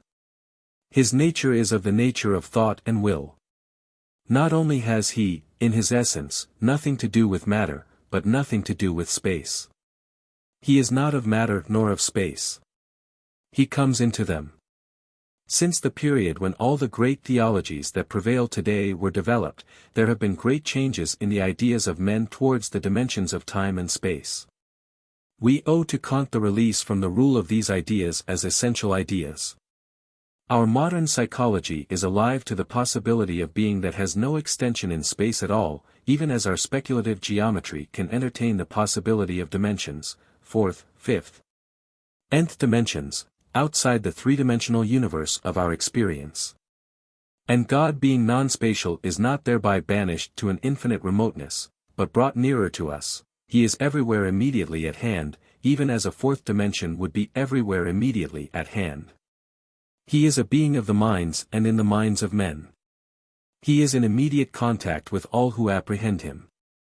But modern religion declares that though he does not exist in matter or space, he exists in time just as a current of thought may do. That he changes and becomes more even as a man's purpose gathers itself together, that somewhere in the dawning of mankind he had a beginning, an awakening, and that as mankind grows he grows. With our eyes he looks out upon the universe he invades. With our hands, he lays hands upon it.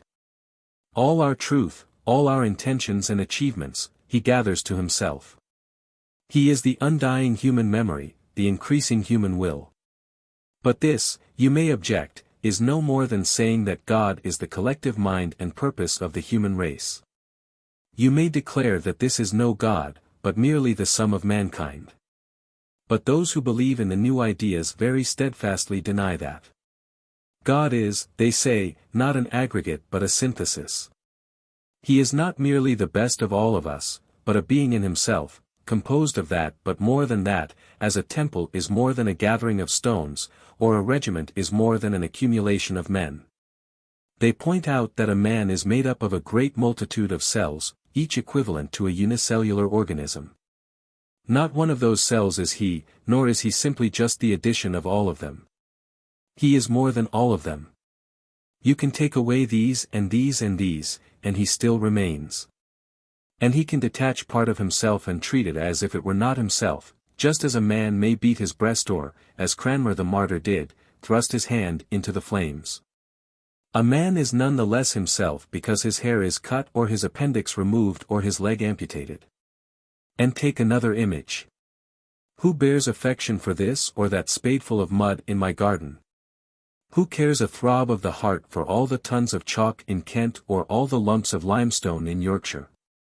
But men love England, which is made up of such things. And so we think of God as a synthetic reality, though he has neither body nor material parts. And so too we may obey him and listen to him, though we think but lightly of the men whose hands or voices he sometimes uses. And we may think of him as having moods and aspects, as a man has, and a consistency we call his character. These are theorizings about God. These are statements to convey this modern idea of God. This, we say, is the nature of the person whose will and thoughts we serve. No one, however, who understands the religious life seeks conversion by argument. First one must feel the need of God, then one must form or receive an acceptable idea of God. That much is no more than turning one's face to the east to see the coming of the sun. One may still doubt if that direction is the east or whether the sun will rise. The real coming of God is not that. It is a change, an irradiation of the mind. Everything is there as it was before, only now it is aflame. Suddenly the light fills one's eyes, and one knows that God has risen and that doubt has fled forever. 3. God is youth. The third thing to be told of the true God is that God is youth. God, we hold, began and is always beginning. He looks forever into the future. Most of the old religions derive from a patriarchal phase. God is in those systems the Ancient of Days. I know of no Christian attempt to represent or symbolize God the Father which is not a bearded, aged man. White hair, beard, bearing, wrinkles, 100 such symptoms of senile decay are there. These marks of senility do not astonish our modern minds in the picture of God, only because tradition and usage have blinded our eyes to the absurdity of a time-worn immortal. Jove too and Wotan are figures far past the prime of their vigor. These are gods after the ancient habit of the human mind, that turned perpetually backward for causes and reasons and saw all things to come as no more than the working out of fate. Of man's first disobedience and the fruit of that forbidden tree, whose mortal taste brought death into the world and all our woe. But the God of this new age, we repeat, looks not to our past but our future, and if a figure may represent him it must be the figure of a beautiful youth, already brave and wise, but hardly come to his strength. He should stand lightly on his feet in the morning time, eager to go forward, as though he had but newly arisen to a day that was still but a promise. He should bear a sword, that clean, discriminating weapon. His eyes should be as bright as swords. His lips should fall apart with eagerness for the great adventure before him, and he should be in very fresh and golden harness, reflecting the rising sun. Death should still hang like mists and cloud banks and shadows in the valleys of the wide landscape about him. There should be dew upon the threads of gossamer and little leaves and blades of the turf at his feet. 4. When we say God is love. One of the sayings about God that have grown at the same time most trite and most sacred, is that God is love. This is a saying that deserves careful examination. Love is a word very loosely used. There are people who will say they love new potatoes, there are a multitude of loves of different colors and values. There is the love of a mother for her child, there is the love of brothers, there is the love of youth and maiden, and the love of husband and wife. There is illicit love and the love one bears one's home or one's country. There are dog lovers and the loves of the Olympians, and love which is a passion of jealousy. Love is frequently a mere blend of appetite and preference, it may be almost pure greed, it may have scarcely any devotion nor be a whit self-forgetful nor generous. It is possible so to phrase things that the furtive craving of a man for another man's wife may be made out to be a light from God.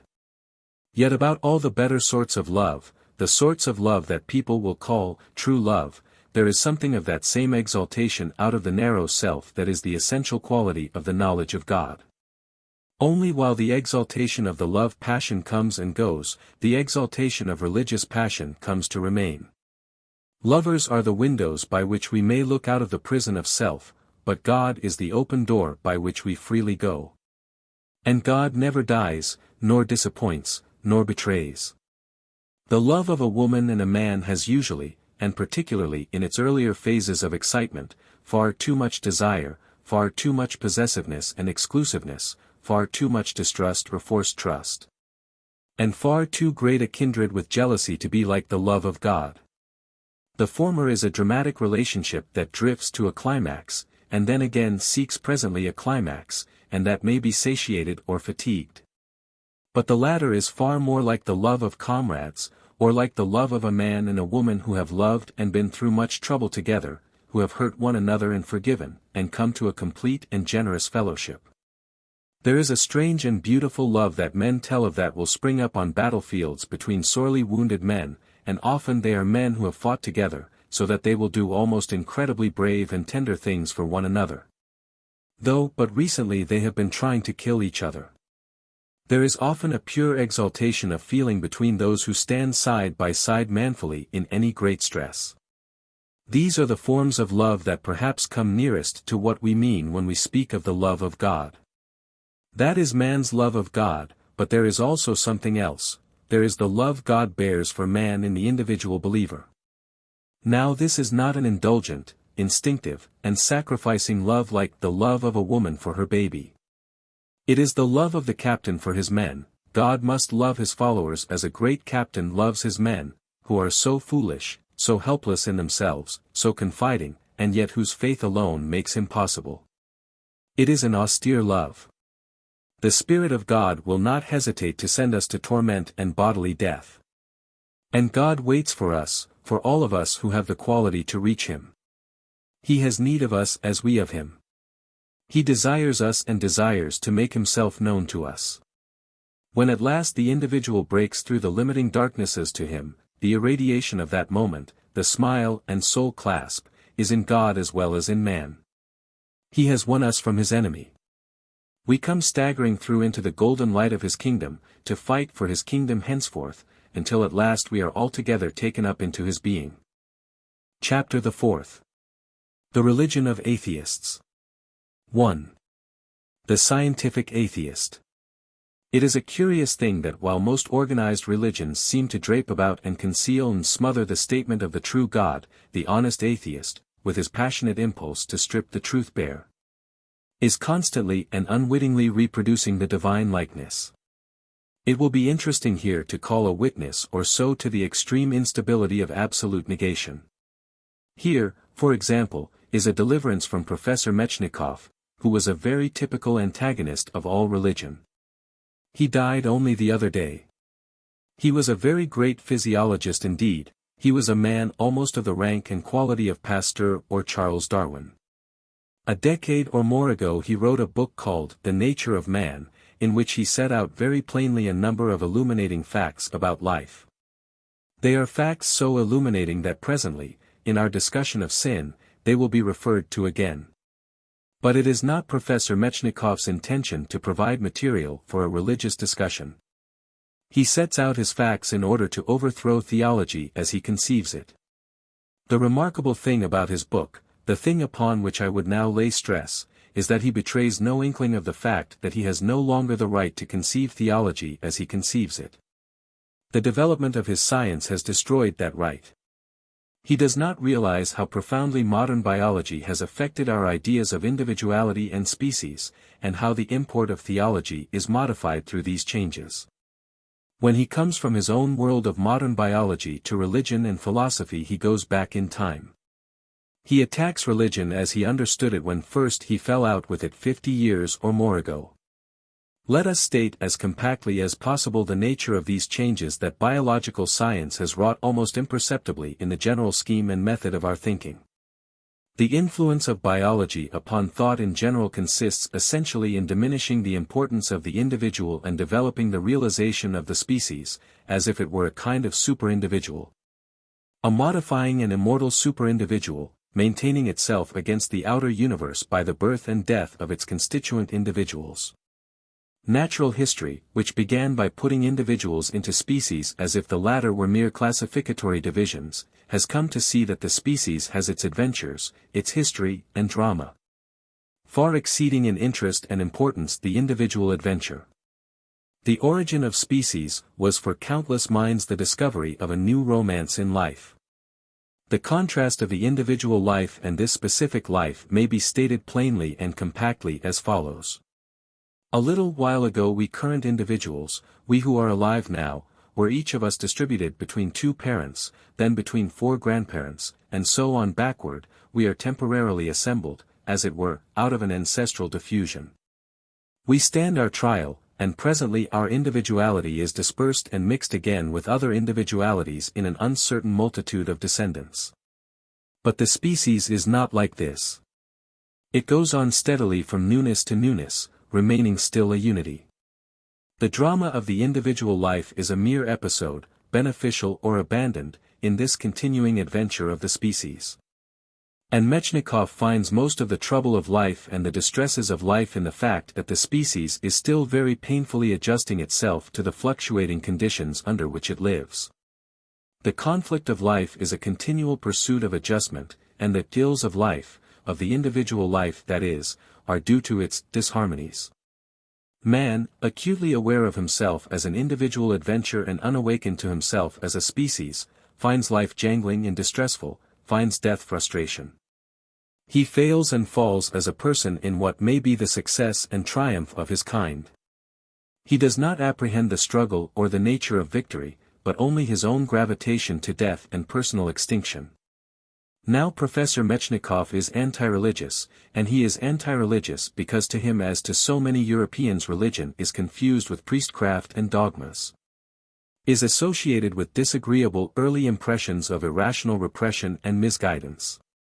How completely he misconceives the quality of religion, how completely he sees it as an individual's affair, his own words may witness. Religion is still occupied with the problem of death. The solutions which as yet it has offered cannot be regarded as satisfactory. A future life has no single argument to support it, and the non-existence of life after death is in consonance with the whole range of human knowledge.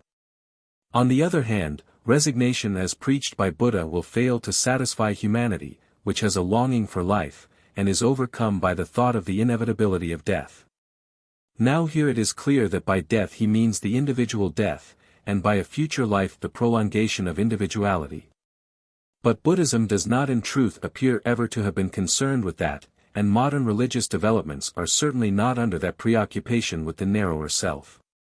Buddhism indeed so far from preaching resignation to death, seeks as its greater good a death so complete as to be absolute release from the individual's burden of karma. Buddhism seeks an escape from individual immortality. The deeper one pursues religious thought the more nearly it approximates to a search for escape from the self-centered life and over-individuation, and the more it diverges from Professor Metchnikoff's assertion of its aims. Salvation is indeed to lose oneself. But Professor Metchnikoff, having roundly denied that this is so, is then left free to take the very essentials of the religious life as they are here conceived and present them as if they were the antithesis of the religious life. His book, when it is analyzed, resolves itself into just that research for an escape from the painful accidents and chagrins of individuation, which is the ultimate of religion. At times, indeed, he seems almost willfully blind to the true solution round and about which his writing goes. He suggests as his most hopeful satisfaction for the cravings of the human heart, such a scientific prolongation of life that the instinct for self-preservation will be at last extinct. If that is not the very resignation he imputes to the Buddhist, I do not know what it is. He believes that an individual which has lived fully and completely may at last welcome death with the same instinctive readiness as, in the days of its strength, it shows for the embraces of its mate. We are to be glutted by living to 60. We are to rise from the table at last as gladly as we sat down. We shall go to death as unresistingly as tired children go to bed. Men are to have a life far beyond the range of what is now considered their prime. And their last period, won by scientific self-control, will be a period of ripe wisdom, from 70 to 80 to 120 or thereabouts, and public service. But why, one asks, public service? Why not book collecting or the simple pleasure of reminiscence so dear to aged egotists? Metchnikoff never faces that question. And again, what of the man who is challenged to die for right at the age of 30? What does the prolongation of life do for him? And where are the consolations for accidental misfortune, for the tormenting disease or the lost limb? But in his peroration Professor Metchnikoff lapses into pure religiosity. The prolongation of life gives place to sheer self-sacrifice as the fundamental remedy. And indeed what other remedy has ever been conceived for the general evil of life? On the other hand, he writes, the knowledge that the goal of human life can be attained only by the development of a high degree of solidarity amongst men will restrain actual egotism. The mere fact that the enjoyment of life according to the precepts of Solomon, Ecclesiastes 9. 7-10, is opposed to the goal of human life, will lessen luxury in the evil that comes from luxury. Conviction that science alone is able to redress the disharmonies of the human constitution will lead directly to the improvement of education and to the solidarity of mankind. Go thy way, eat thy bread with joy, and drink thy wine with a merry heart, for God now accepteth thy works. Let thy garments be always white, and let thy head lack no ointment. Live joyfully with the wife whom thou lovest all the days of the life of thy vanity, which he hath given thee under the sun, all the days of thy vanity, for that is thy portion in this life, and in thy labor which thou takest under the sun. Whatsoever thy hand findeth to do, do it with thy might, for there is no work, nor device, nor knowledge, nor wisdom, in the grave, whither thou goest. In progress towards the goal, nature will have to be consulted continuously. Already, in the case of the ephemerides, nature has produced a complete cycle of normal life ending in natural death. In the problem of his own fate, man must not be content with the gifts of nature, he must direct them by his own efforts. Just as he has been able to modify the nature of animals and plants, man must attempt to modify his own constitution, so as to readjust its disharmonies. To modify the human constitution, it will be necessary first, to frame the ideal, and thereafter to set to work with all the resources of science. If there can be formed an ideal able to unite men in a kind of religion of the future, this ideal must be founded on scientific principles. And if it be true, as has been asserted so often, that man can live by faith alone, the faith must be in the power of science. Now this, after all the flat repudiations that have preceded it of religion and philosophy as remedies for human ills, is nothing less than the fundamental proposition of the religious life translated into terms of materialistic science. The proposition that damnation is really over-individuation and that salvation is escape from self into the larger being of life. What can this religion of the future be but that devotion to the racial adventure under the captaincy of God which we have already found, like gold in the bottom of the vessel?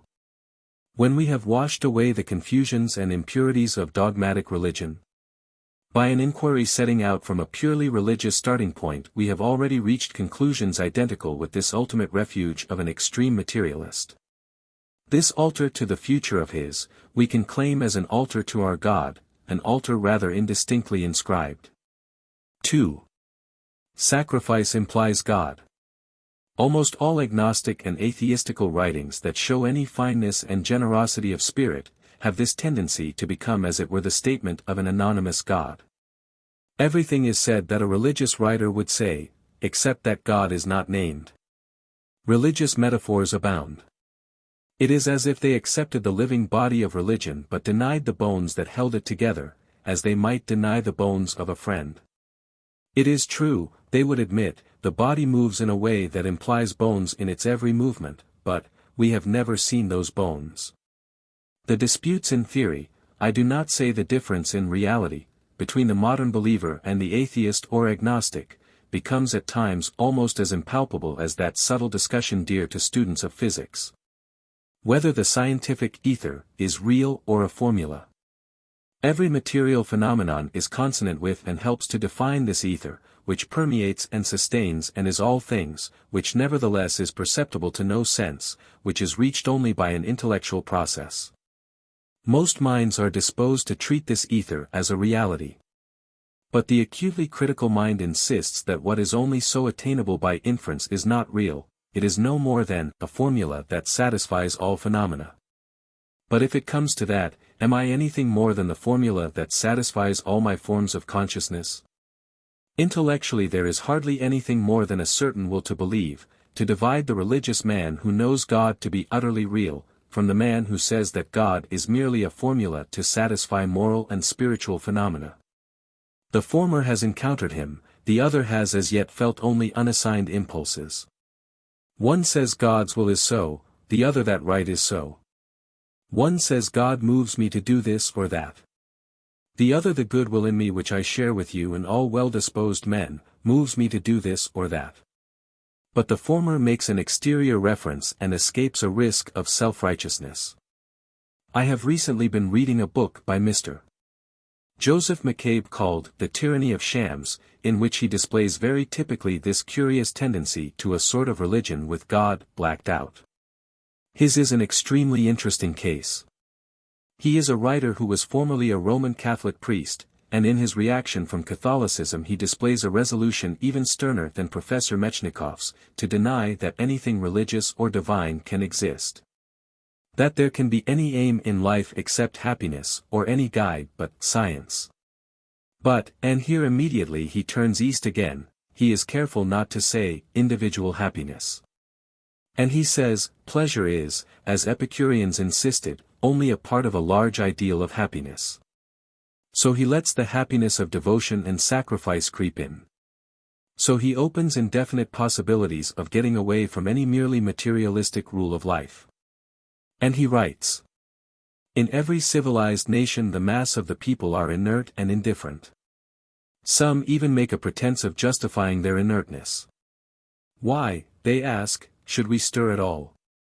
Is there such a thing as a duty to improve the earth? What is the meaning or purpose of life? Or has it a purpose? One generally finds that this kind of reasoning is merely a piece of controversial athletics or a thin excuse for idleness. People tell you that the conflict of science and religion, it would be better to say, the conflict of modern culture and ancient traditions, has robbed life of its plain significance. The men who, like Tolstoy, seriously urge this point fail to appreciate the modern outlook on life. Certainly modern culture, science, history, philosophy, and art, finds no purpose in life, that is to say, no purpose eternally fixed and to be discovered by man. A great chemist said a few years ago that he could imagine a series of lucky accidents, the chance blowing by the wind of certain chemicals into pools on the primitive earth, accounting for the first appearance of life. And one might not unjustly sum up the influences which have lifted those early germs to the level of conscious beings as a similar series of lucky accidents. But it is sheer affectation to say that this demoralizes us. If there is no purpose impressed on the universe, or prefixed to the development of humanity, it follows only that humanity may choose its own purpose and set up its own goal. And the most elementary sense of order will teach us that this choice must be social, not merely individual.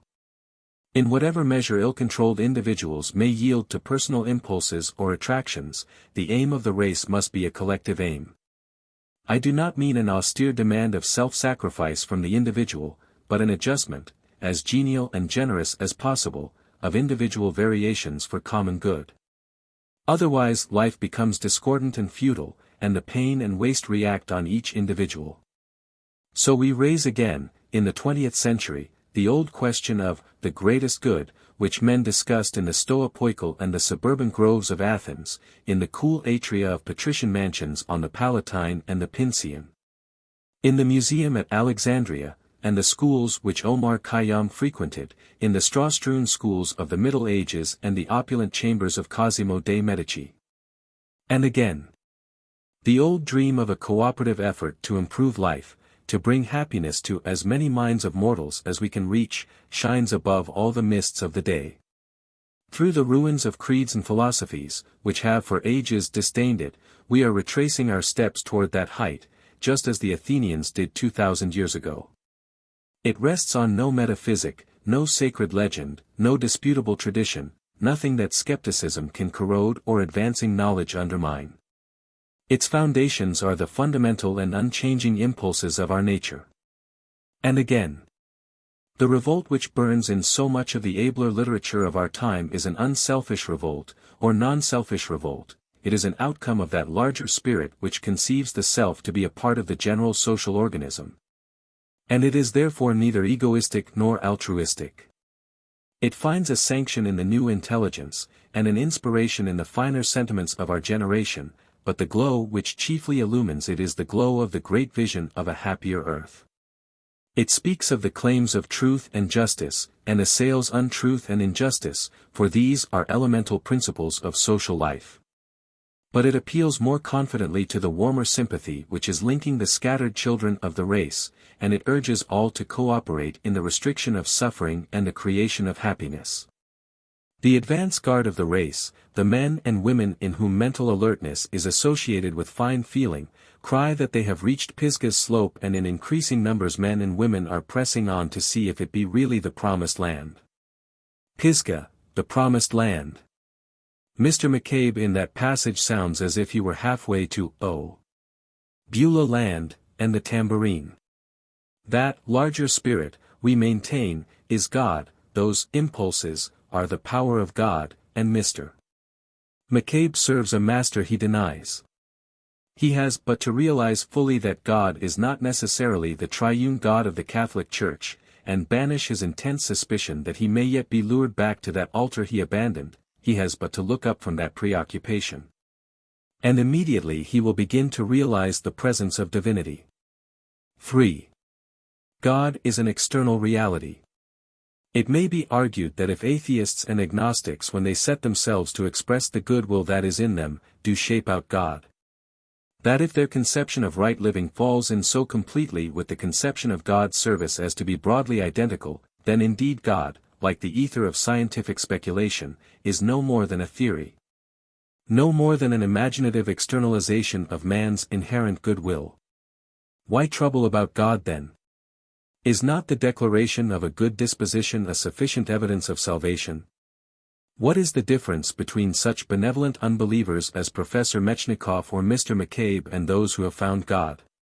The difference is this, that the benevolent atheist stands alone upon his own goodwill, without a reference, without a standard, trusting to his own impulse to goodness, relying upon his own moral strength.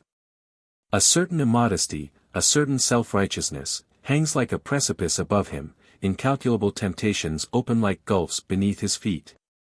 He has not really given himself or got away from himself. He has no one to whom he can give himself. He is still a masterless man. His exaltation is self-centered, is priggishness, his fall is unrestrained by any exterior obligation. His devotion is only the goodwill in himself, a disposition, it is a mood that may change. At any moment it may change. He may have pledged himself to his own pride and honor, but who will hold him to his bargain? He has no source of strength beyond his own amiable sentiments, his conscience speaks with an unsupported voice, and no one watches while he sleeps. He cannot pray, he can but ejaculate. He has no real and living link with other men of goodwill. And those whose acquiescence in the idea of God is merely intellectual are in no better case than those who deny God altogether. They may have all the forms of truth and not divinity. The religion of the atheist with a God-shaped blank at its heart and the persuasion of the unconverted theologian, are both like lamps unlit. The lit lamp has no difference in form from the lamp unlit. But the lit lamp is alive and the lamp unlit is asleep or dead. The difference between the unconverted and the unbeliever and the servant of the true God is this, it is that the latter has experienced a complete turning away from self. This only difference is all the difference in the world. It is the realization that this goodness that I thought was within me and of myself and upon which I rather prided myself, is without me and above myself, and infinitely greater and stronger than I. It is the immortal and I am mortal. It is invincible and steadfast in its purpose, and I am weak and insecure. It is no longer that I, out of my inherent and remarkable goodness, out of the excellence of my quality and the benevolence of my heart, give a considerable amount of time and attention to the happiness and welfare of others, because I choose to do so. On the contrary, I have come under a divine imperative, I am obeying an irresistible call, I am a humble and willing servant of the righteousness of God. That altruism which Professor Metchnikoff and Mr. McCabe would have us regard as the goal and refuge of a broad and free intelligence, is really the first simple commandment in the religious life. 4. Another religious materialist. Now here is a passage from a book, Evolution and the War, by Professor Metchnikoff's translator, Dr. Chalmers Mitchell, which comes even closer to our conception of God as an immortal being arising out of man, and external to the individual man. He has been discussing that well-known passage of Kant's, "Two things fill my mind with ever-renewed wonder and awe the more often and deeper I dwell on them, the starry vault above me, and the moral law within me." From that discussion, Dr. Chalmers Mitchell presently comes to this most definite and interesting statement. Writing as a hard-shell Darwinian evolutionist, a lover of the scalpel and microscope, and of patient, empirical observation. As one who dislikes all forms of supernaturalism, and who does not shrink from the implications even of the phrase that thought is a secretion of the brain as bile is a secretion of the liver, I assert as a biological fact that the moral law is as real and as external to man as the starry vault. It has no secure seat in any single man or in any single nation. It is the work of the blood and tears of long generations of men. It is not in man, inborn or innate, but is enshrined in his traditions, in his customs, in his literature and his religion. Its creation and sustenance are the crowning glory of man, and his consciousness of it puts him in a high place above the animal world. Men live and die. Nations rise and fall, but the struggle of individual lives and of individual nations must be measured not by their immediate needs, but as they tend to the debasement or perfection of man's great achievement. This is the same reality. This is the same link and captain that this book asserts. It seems to me a secondary matter whether we call him man's great achievement, or the Son of Man, or the God of mankind, or God. So far as the practical and moral ends of life are concerned, it does not matter how we explain or refuse to explain his presence in our lives. There is but one possible gap left between the position of Dr. Chalmers Mitchell and the position of this book. In this book it is asserted that God responds, that he gives courage and the power of self-suppression to our weakness. 5. A note on a lecture by Professor Gilbert Murray.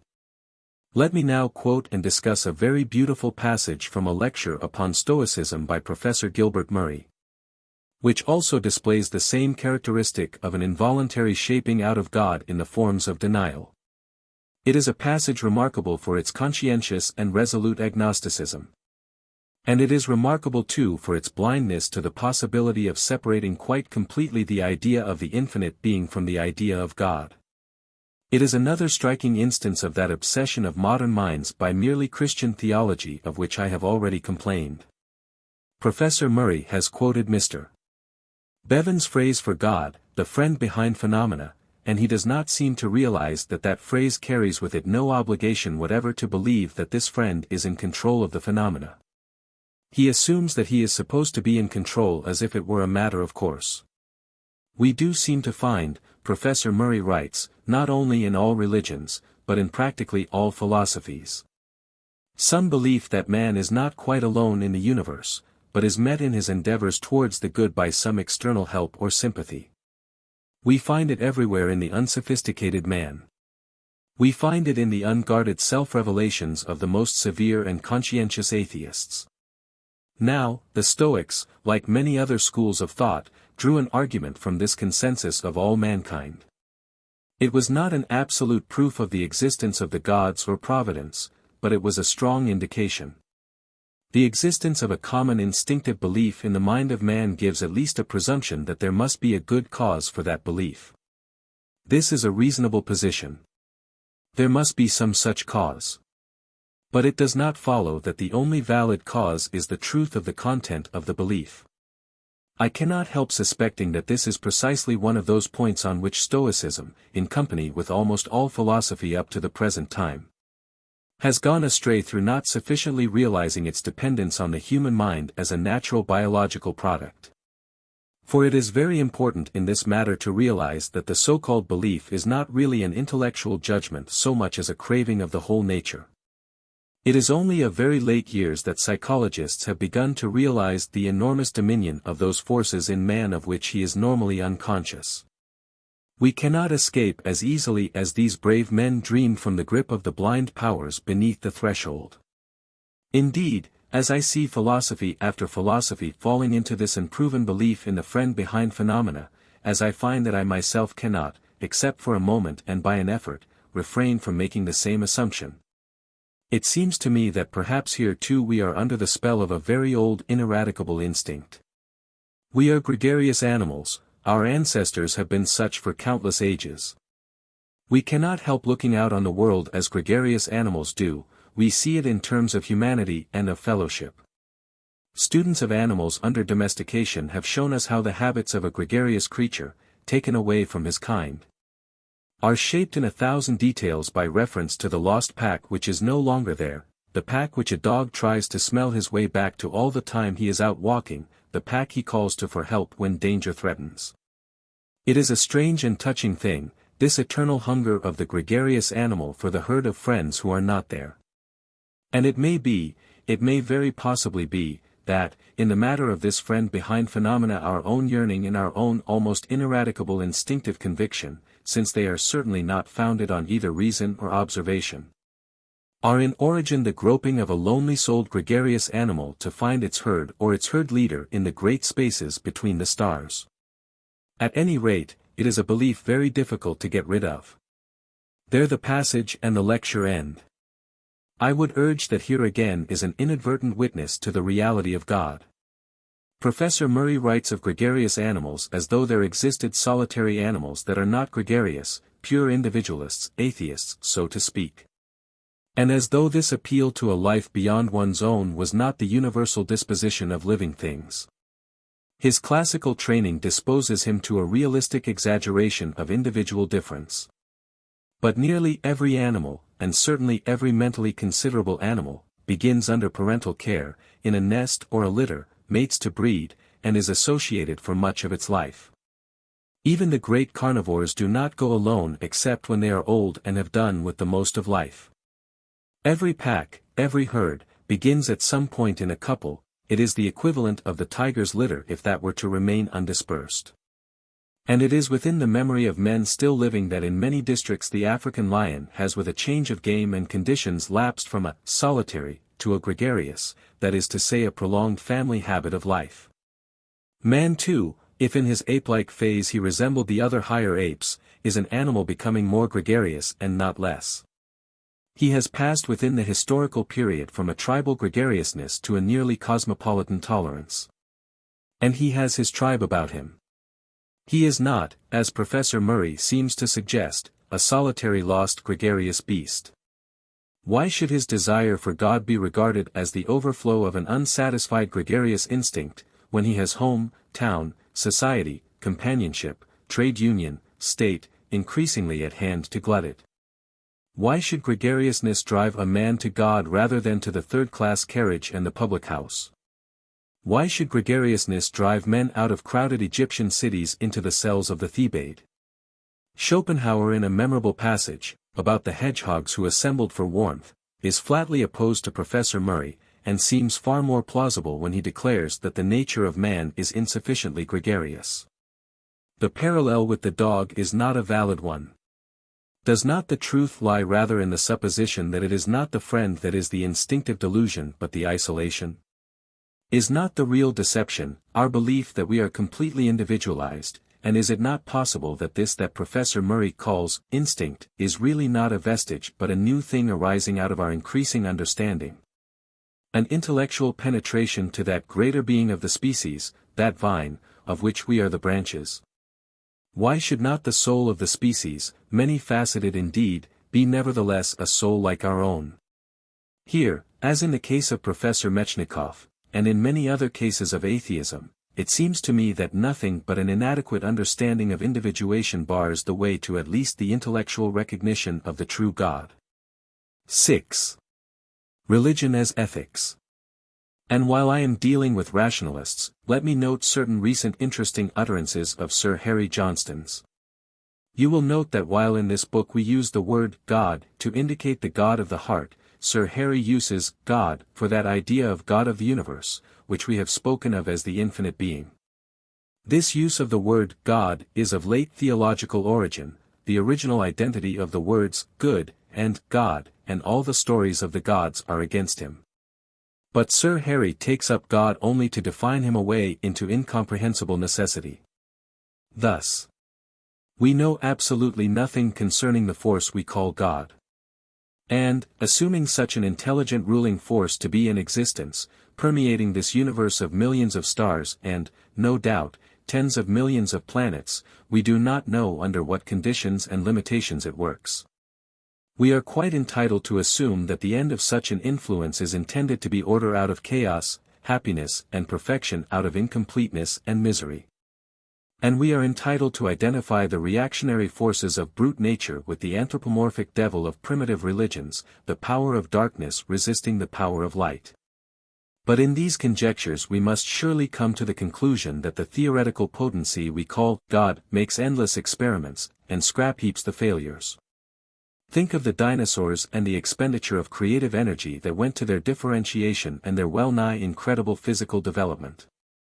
To such a divine force as we postulate, the whole development and perfecting of life on this planet, the whole production of man, may seem little more than to any one of us would be the chipping out, the cutting, the carving, and the polishing of a gem. And we should feel as little remorse or pity for the scattered dust and fragments as must the creative force of the immeasurably vast universe feel for the disjecta member of perfected life on this planet. But thence he goes on to a curiously imperfect treatment of the God of man as if he consisted in nothing more than some vague sort of humanitarianism. Sir Harry's ideas are much less thoroughly thought out than those of any other of these skeptical writers I have quoted. On that account they are perhaps more typical. He speaks as though Christ were simply an eminent but ill-reported and abominably served teacher of ethics, and yet of the only right ideal and ethics. He speaks as though religions were nothing more than ethical movements, and as though Christianity were merely someone remarking with a bright impulsiveness that everything was simply horrid, and so, let us install loving-kindness as a cardinal axiom. He ignores altogether the fundamental essential of religion, which is the development and synthesis of the divergent and conflicting motives of the unconverted life, and the identification of the individual life with the immortal purpose of God. He presents a conception of religion relieved of its nonsense as the cheerful self-determination of a number of bright little individuals, much stirred but by no means overcome by cosmic pity, to the service of man. As he seems to present it, it is as outward a thing, it goes as little into the intimacy of their lives. As though they had after proper consideration agreed to send a subscription to a Red Cross ambulance or take part in a public demonstration against the Armenian massacres, or do any other rather nice-spirited exterior thing. This is what he says. I hope that the religion of the future will devote itself wholly to the service of man. It can do so without departing from the Christian ideal and Christian ethics. It need only drop all that is silly and disputable, and mattering not neither here nor there. Of Christian theology, a theology virtually absent from the direct teaching of Christ, and all of Judaistic literature or prescriptions not made immortal in their application by unassailable truth and by the confirmation of science.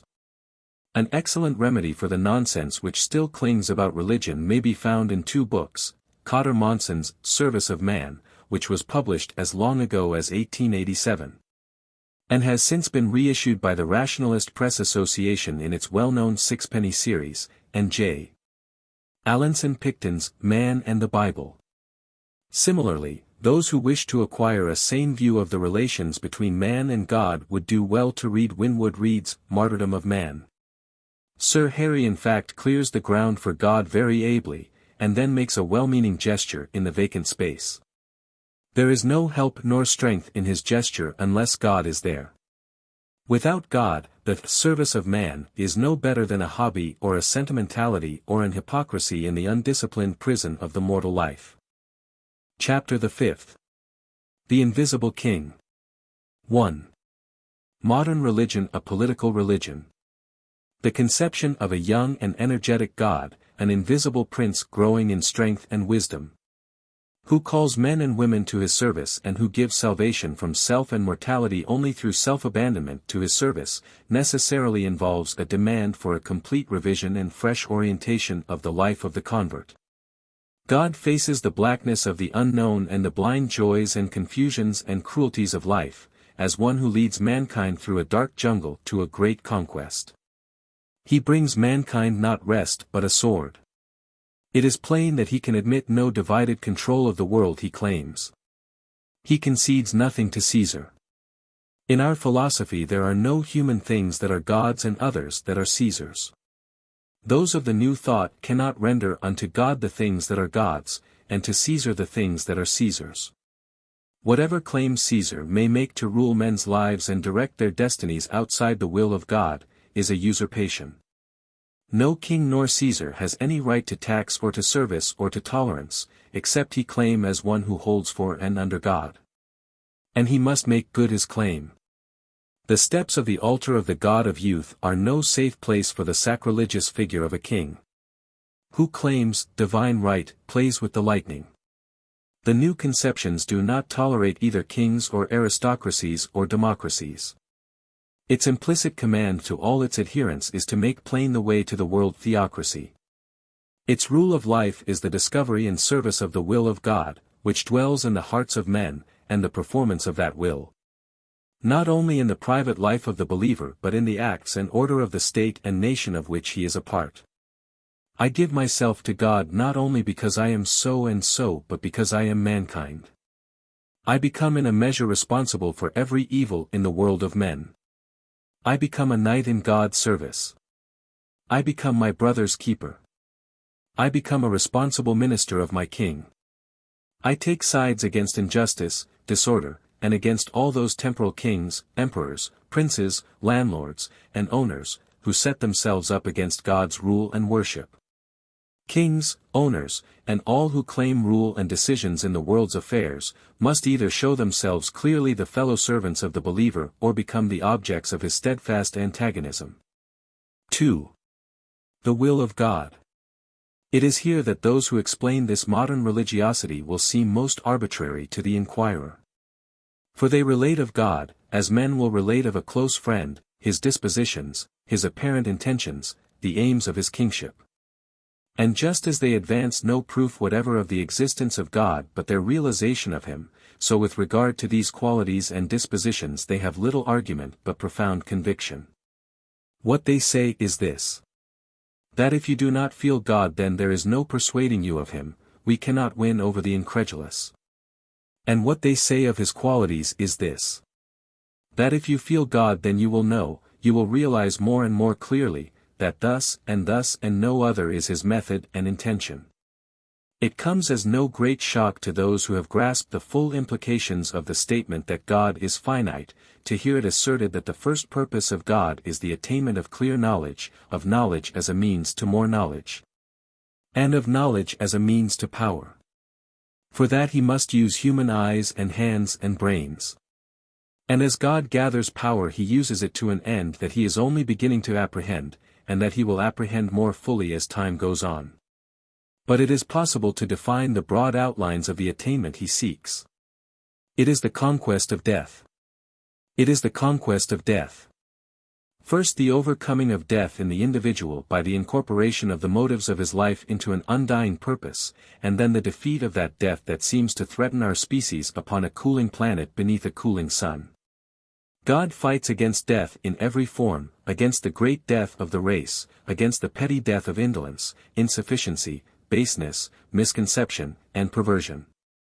He it is and no other who can deliver us from the body of this death. This is the battle that grows plainer. This is the purpose to which he calls us out of the animal's round of eating, drinking, lusting, quarreling and laughing and weeping, fearing and failing, and presently of wearying and dying. which is the whole life that living without God can give us.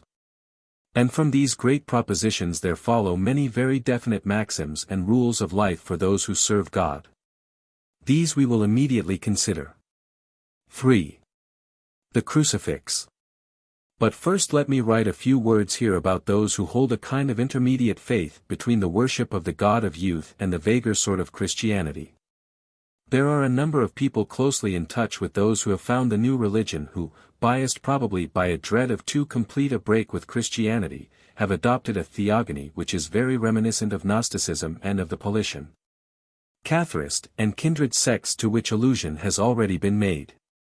He who is called in this book God, they would call God the Son or Christ, or the Logos, and what is here called the darkness or the veiled being, they would call God the Father. And what we speak of here as life, they would call, with a certain disregard of the poor brutes that perish, man. And they would assert, what we of the new belief, pleading our profound ignorance, would neither assert nor deny, that darkness, out of which came life and God, since it produced them must be ultimately sympathetic and of like nature with them. And that ultimately man, being redeemed and led by Christ and saved from death by him, would be reconciled with God the Father. And this great adventure out of the hearts of man that we here call God, they would present as the same with that teacher from Galilee who was crucified at Jerusalem. This probably was the conception of Spinoza. Christ for him is the wisdom of God manifested in all things, and chiefly in the mind of man. Through him we reach the blessedness of an intuitive knowledge of God. Salvation is an escape from the inadequate ideas of the mortal human personality to the adequate and timeless ideas of God. Now we of the modern way would offer the following criticisms upon this apparent compromise between our faith and the current religion. Firstly, we do not presume to theorize about the nature of the veiled being nor about that being's relations to God and to life. We do not recognize any consistent sympathetic possibilities between these outer beings and our God. Our God is, we feel, like Prometheus, a rebel. He is unfilial. And the accepted figure of Jesus, instinct with meek submission, is not in the tone of our worship. It is not by suffering that God conquers death, but by fighting. Incidentally, our God dies 1,000,000 deaths, but the thing that matters is not the deaths but the immortality. It may be he cannot escape in this person or that person being nailed to a cross or chained to be torn by vultures on a rock. These may be necessary sufferings, like hunger and thirst in a campaign, they do not in themselves bring victory. They may be necessary, but they are not glorious. The symbol of the crucifixion, the drooping, pain-drenched figure of Christ, the sorrowful cry to his Father, my God, why hast thou forsaken me?" These things jar with our spirit. We little men may well fail and repent, but it is our faith that our God does not fail us nor himself. We cannot accept the Christian's crucifix, or pray to a pitiful God. We cannot accept the resurrection as though it were an afterthought to a bitterly felt death. Our crucifix, if you must have a crucifix, would show God with a hand or a foot already torn away from its nail, and with eyes not downcast but resolute against the sky. A face without pain, pain lost and forgotten in the surpassing glory of the struggle and the inflexible will to live and prevail. But we do not care how long the thorns are drawn, nor how terrible the wounds, so long as he does not droop. God is courage. God is courage beyond any conceivable suffering. But when all this has been said, it is well to add that it concerns the figure of Christ only in so far as that professes to be the figure of God, and the crucifix only so far as that stands for divine action. The figure of Christ crucified, so soon as we think of it as being no more than the tragic memorial of Jesus, of the man who proclaimed the loving kindness of God and the supremacy of God's kingdom over the individual life, and who, in the extreme agony of his pain and exhaustion, cried out that he was deserted, becomes something altogether distinct from a theological symbol. Immediately that we cease to worship, we can begin to love and pity. Here was a being of extreme gentleness and delicacy and of great courage, of the utmost tolerance and the subtlest sympathy, a saint of non-resistance. We of the new faith repudiate the teaching of non-resistance. We are the militant followers of and participators in a militant God. We can appreciate and admire the greatness of Christ, this gentle being upon whose nobility the theologians trade. But submission is the remotest quality of all from our God, and a moribund figure is the completest inversion of his likeness as we know him. A Christianity which shows, for its daily symbol, Christ risen and trampling victoriously upon a broken cross, would be far more in the spirit of our worship.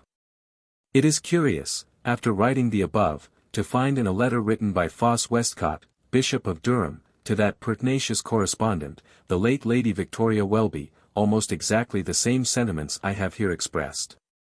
If I could fill the crucifix with life as you do, he says, would gladly look on it, but the fallen head and the closed eye exclude from my thought the idea of glorified humanity. The Christ to whom we are led is one who hath been crucified, who hath passed the trial victoriously and borne the fruits to heaven. I dare not then rest on this side of the glory. I find, too, a still more remarkable expression of the modern spirit in a tract, The Call of the Kingdom, by that very able and subtle Anglican theologian, the Reverend W.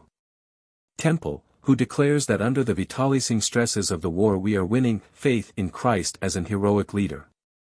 We have thought of him so much as meek and gentle that there is no ground in our picture of him, for the vision which his disciple had of him, his head and his hair were white, as white wool, white as snow. And his eyes were as a flame of fire, and his feet like unto burnished brass, as if it had been refined in a furnace, and his voice was as the voice of many waters. And he had in his right hand 7 stars. And out of his mouth proceeded a sharp 2-edged sword, and his countenance was as the sun shineth in its strength. These are both exceptional utterances, interesting as showing how clearly parallel are the tendencies within and without Christianity. 4. The primary duties. Now it follows very directly from the conception of God as a finite intelligence of boundless courage and limitless possibilities of growth and victory, who has pitted himself against death.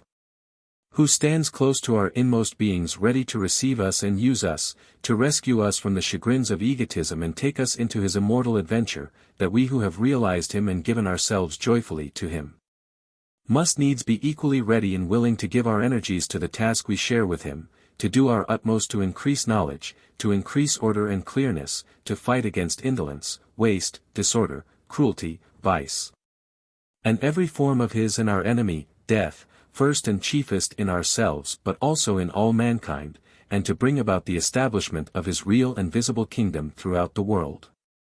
And that idea of God as the invisible king of the whole world means not merely that God is to be made and declared the head of the world, but that the kingdom of God is to be present throughout the whole fabric of the world. That the kingdom of God is to be in the teaching at the village school, in the planning of the railway siding of the market town, in the mixing of the mortar at the building of the workman's house. It means that ultimately no effigy of intrusive king or emperor is to disfigure our coins and stamps any more. God himself and no delegate is to be represented wherever men buy or sell, on our letters and our receipts, a perpetual witness, a perpetual reminder. There is no act altogether without significance, no power so humble that it may not be used for or against God, no life but can orient itself to him. To realize God in one's heart is to be filled with the desire to serve him, and the way of his service is neither to pull up one's life by the roots nor to continue it in all its essentials unchanged, but to turn it about. To turn everything that there is in it round into his way.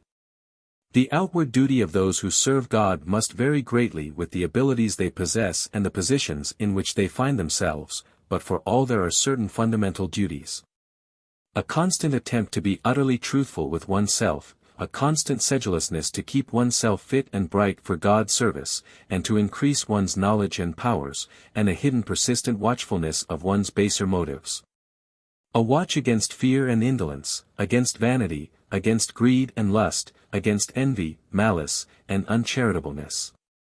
To have found God truly does in itself make God's service one's essential motive, but these evils lurk in the shadows, in the lassitudes and unwary moments. No one escapes them altogether, there is no need for tragic moods on account of imperfections. We can no more serve God without blunders and setbacks than we can win battles without losing men. But the less of such lost the better. The servant of God must keep his mind as wide and sound and his motives as clean as he can, just as an operating surgeon must keep his nerves and muscles as fit and his hands as clean as he can. Neither may righteously evade exercise and regular washing, of mind as of hands. An incessant watchfulness of one's self and one's thoughts and the soundness of one's thoughts. Cleanliness, clearness, a wariness against indolence and prejudice, careful truth, habitual frankness, fitness and steadfast work. These are the daily fundamental duties that everyone who truly comes to God will, as a matter of course, set before himself. 5. The increasing kingdom. Now of the more intimate and personal life of the believer it will be more convenient to write a little later. Let us for the present pursue the idea of this world kingdom of God, to whose establishment he calls us. This kingdom is to be a peaceful and coordinated activity of all mankind upon certain divine ends. These, we conceive, are first, the maintenance of the racial life. Secondly, the exploration of the external being of nature as it is and as it has been, that is to say history and science. Thirdly, that exploration of inherent human possibility which is art. Fourthly, that clarification of thought and knowledge which is philosophy. And finally, the progressive enlargement and development of the racial life under these lights, so that God may work through a continually better body of humanity and through better and better equipped minds. That he in our race may increase forever, working unendingly upon the development of the powers of life and the mastery of the blind forces of matter throughout the deeps of space. He sets out with us, we are persuaded, to conquer ourselves and our world and the stars. And beyond the stars our eyes can as yet see nothing, our imaginations reach and fail. Beyond the limits of our understanding is the veiled being of fate, whose face is hidden from us. It may be that minds will presently appear among us of such a quality that the face of that unknown will not be altogether hidden. But the business of such ordinary lives as ours is the setting up of this earthly kingdom of God. That is the form into which our lives must fall and our consciences adapt themselves. Belief in God as the invisible King brings with it almost necessarily a conception of this coming kingdom of God on earth. Each believer as he grasps this natural and immediate consequence of the faith that has come into his life will form at the same time a utopian conception of this world changed in the direction of God's purpose. The vision will follow the realization of God's true nature and purpose as a necessary second step. And he will begin to develop the latent citizen of this world state in himself. He will fall in with the idea of the worldwide sanities of this new order being drawn over the warring outlines of the present, and of men falling out of relationship with the old order and into relationship with the new. Many men and women are already working today at tasks that belong essentially to God's kingdom, tasks that would be of the same essential nature if the world were now a theocracy. For example, they are doing or sustaining scientific research or education or creative art. They are making roads to bring men together, they are doctors working for the world's health, they are building homes, they are constructing machinery to save and increase the powers of men. Such men and women need only to change their orientation as men will change about at a work table when the light that was coming in a little while ago from the southern windows, begins presently to come in chiefly from the west. To become open and confessed servants of God. This work that they were doing for ambition, or the love of men or the love of knowledge or what seemed the inherent impulse to the work itself, or for money or honor or country or king. They will realize they are doing for God and by the power of God. Self-transformation into a citizen of God's kingdom and a new realization of all earthly politics as no more than the struggle to define and achieve the kingdom of God in the earth, follow on, without any need for a fresh spiritual impulse. From the moment when God and the believer meet and clasp one another. This transfiguration of the world into a theocracy may seem a merely fantastic idea to anyone who comes to it freshly without such general theological preparation as the preceding pages have made. But to anyone who has been at the pains to clear his mind even a little from the obsession of existing but transitory things, it ceases to be a mere suggestion and becomes more and more manifestly the real future of mankind. From the phase of "so things should be," the mind will pass very rapidly to the realization that "so things will be." Towards this the directive wills among men have been drifting more and more steadily and perceptibly and with fewer eddyings and retardations, for many centuries. The purpose of mankind will not be always thus confused and fragmentary. This dissemination of will power is a phase. The age of the warring tribes and kingdoms and empires that began 100 centuries or so ago, draws to its close. The kingdom of God on earth is not a metaphor, not a mere spiritual state, not a dream, not an uncertain project, it is the thing before us, it is the close and inevitable destiny of mankind. In a few score years the faith of the true God will be spreading about the world. The few halting confessions of God that one hears here and there today, like that little twittering of birds which comes before the dawn, will have swollen to a choral unanimity. In but a few centuries the whole world will be openly, confessedly, preparing for the kingdom. In but a few centuries God will have led us out of the dark forest of these present wars and confusions into the open brotherhood of his rule. 6. What is my place in the kingdom? This conception of the general life of mankind as a transformation at thousands of points of the confused, egotistical, proprietary, partisan, nationalist, life-wasting chaos of human life today into the coherent development of the world kingdom of God, provides the form into which everyone who comes to the knowledge of God will naturally seek to fit his every thought and activity. The material greeds, the avarice, fear, rivalries, and ignoble ambitions of a disordered world will be challenged and examined under one general question: what am I in the kingdom of God?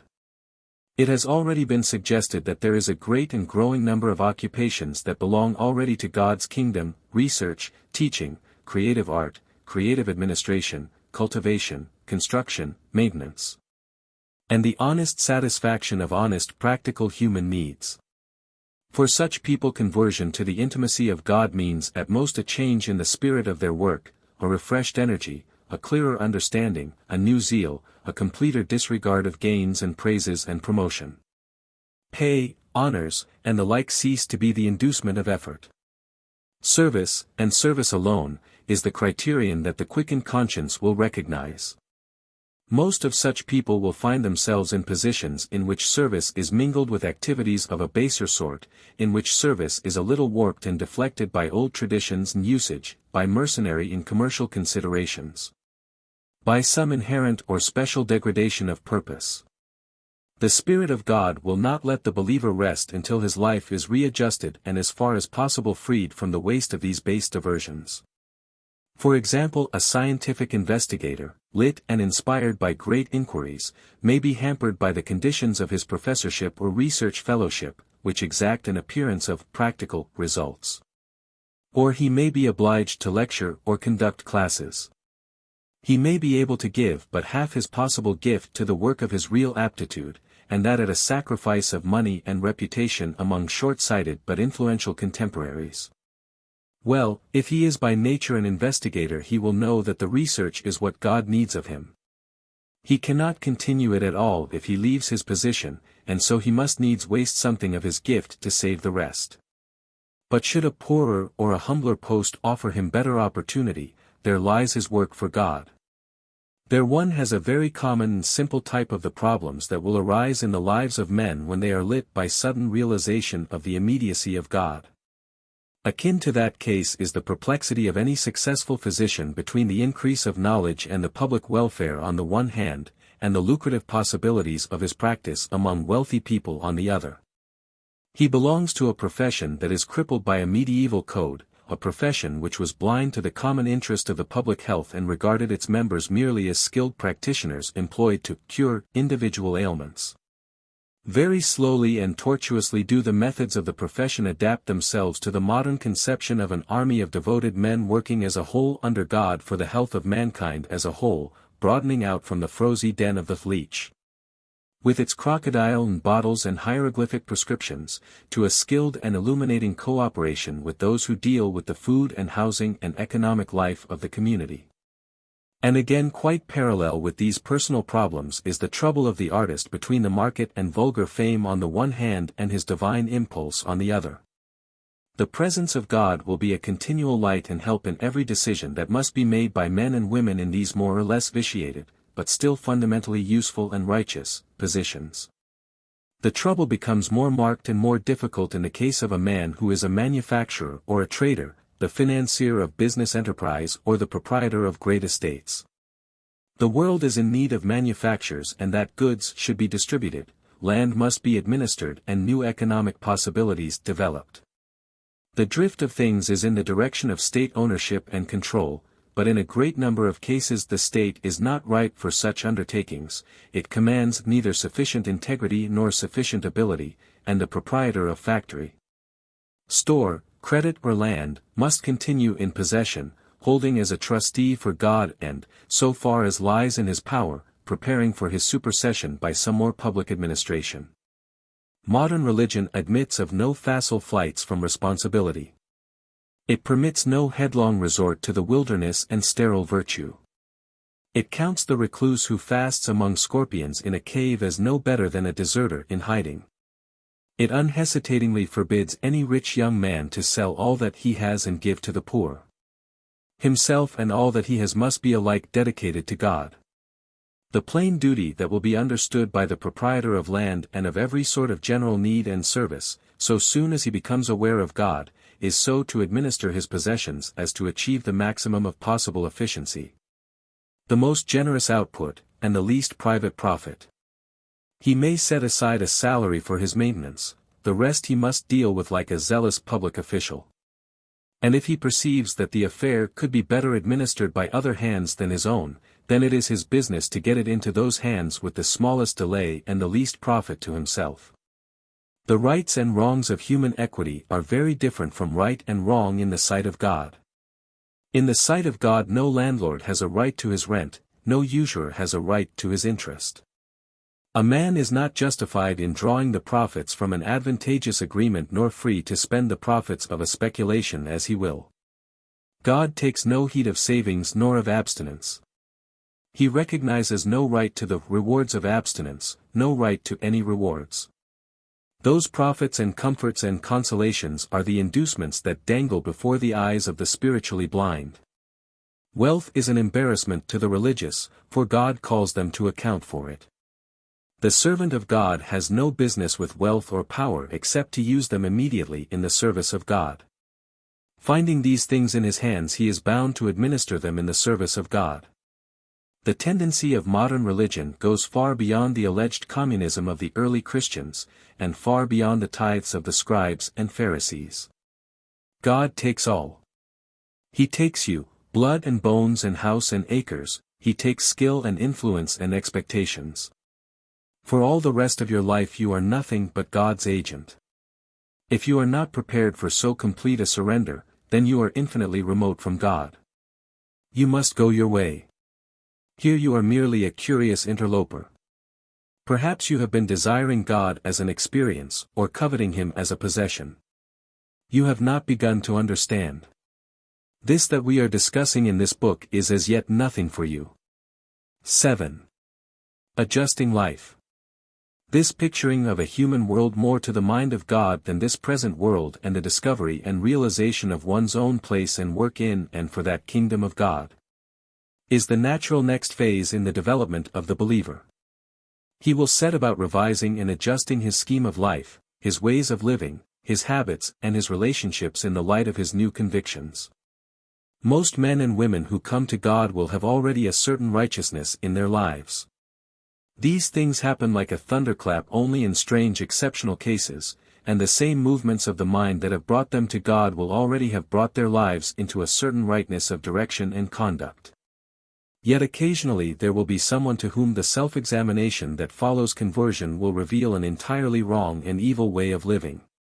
It may be that the light has come to some rich idler doing nothing but follow a pleasurable routine. Or to someone following some highly profitable and amusing, but socially useless or socially mischievous occupation. One may be an advocate at the disposal of any man's purpose, or an actor or actress ready to fall in with any theatrical enterprise. Or a woman may find herself a prostitute or a pet wife, a mere kept instrument of indulgence. These are lives of prey, these are lives of futility, the light of God will not tolerate such lives. Here religion can bring nothing but a severance from the old way of life altogether, a break and a struggle towards use and service and dignity. But even here it does not follow that because a life has been wrong the new life that begins must be far as the poles asunder from the old. Every sort of experience that has ever come to a human being is in the self that he brings to God, and there is no reason why a knowledge of evil ways should not determine the path of duty. No one can better devise protections against vices than those who have practiced them, none know temptations better than those who have fallen. If a man has followed an evil trade, it becomes him to use his knowledge of the tricks of that trade to help end it. He knows the charities it may claim and the remedies it needs. A very interesting case to discuss in relation to this question of adjustment is that of the barrister. A practicing barrister under contemporary conditions does indeed give most typically the opportunity for examining the relation of an ordinary self-respecting worldly life, to life under the dispensation of God discovered. A barrister is usually a man of some energy and ambition, his honor is molded by the traditions of an ancient and antiquated profession, instinctively self-preserving and yet with a real desire for consistency and respect. As a profession it has been greedy and defensively conservative, but it has never been shameless nor has it ever broken faith with its own large and selfish, but quite definite, propositions. It has never for instance had the shamelessness of such a traditionless and undisciplined class as the early factory organizers. It has never had the dull incoherent wickedness of the sort of men who exploit drunkenness and the turf. It offends within limits.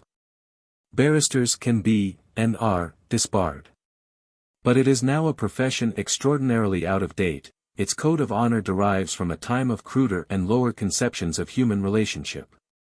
It apprehends the state as a mere ring, kept about private disputations. It has not begun to move towards the modern conception of the collective enterprise as the determining criterion of human conduct.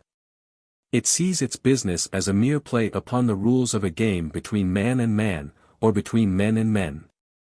They haggle, they dispute, they inflict and suffer wrongs, they evade dues, and are liable or entitled to penalties and compensations. The primary business of the law is held to be decision in these wrangles, and as wrangling is subject to artistic elaboration, the business of the barrister is the business of a professional wrangler. He is a bravo in wig and gown who fights the duels of ordinary men because they are incapable, very largely on account of the complexities of legal procedure, of fighting for themselves. His business is never to explore any fundamental right in the matter. His business is to say all that can be said for his client, and to conceal or minimize whatever can be said against his client. The successful promoted advocate, who in Britain and the United States of America is the judge, and whose habits and interests all incline him to disregard the realities of the case in favor of the points in the forensic game, then adjudicates upon the contest. Now this condition of things is clearly incompatible with the modern conception of the world as becoming a divine kingdom. When the world is openly and confessedly the kingdom of God, the law court will exist only to adjust the differing views of men as to the manner of their service to God. The only right of action one man will have against another will be that he has been prevented or hampered or distressed by the other in serving God. The idea of the law court will have changed entirely from a place of dispute, exaction and vengeance, to a place of adjustment. The individual or some state organization will plead on behalf of the common good either against some state official or state regulation, or against the actions or inaction of another individual. This is the only sort of legal proceedings compatible with the broad beliefs of the new faith. Every religion that becomes ascendant, in so far as it is not otherworldly, must necessarily set its stamp upon the methods and administration of the law.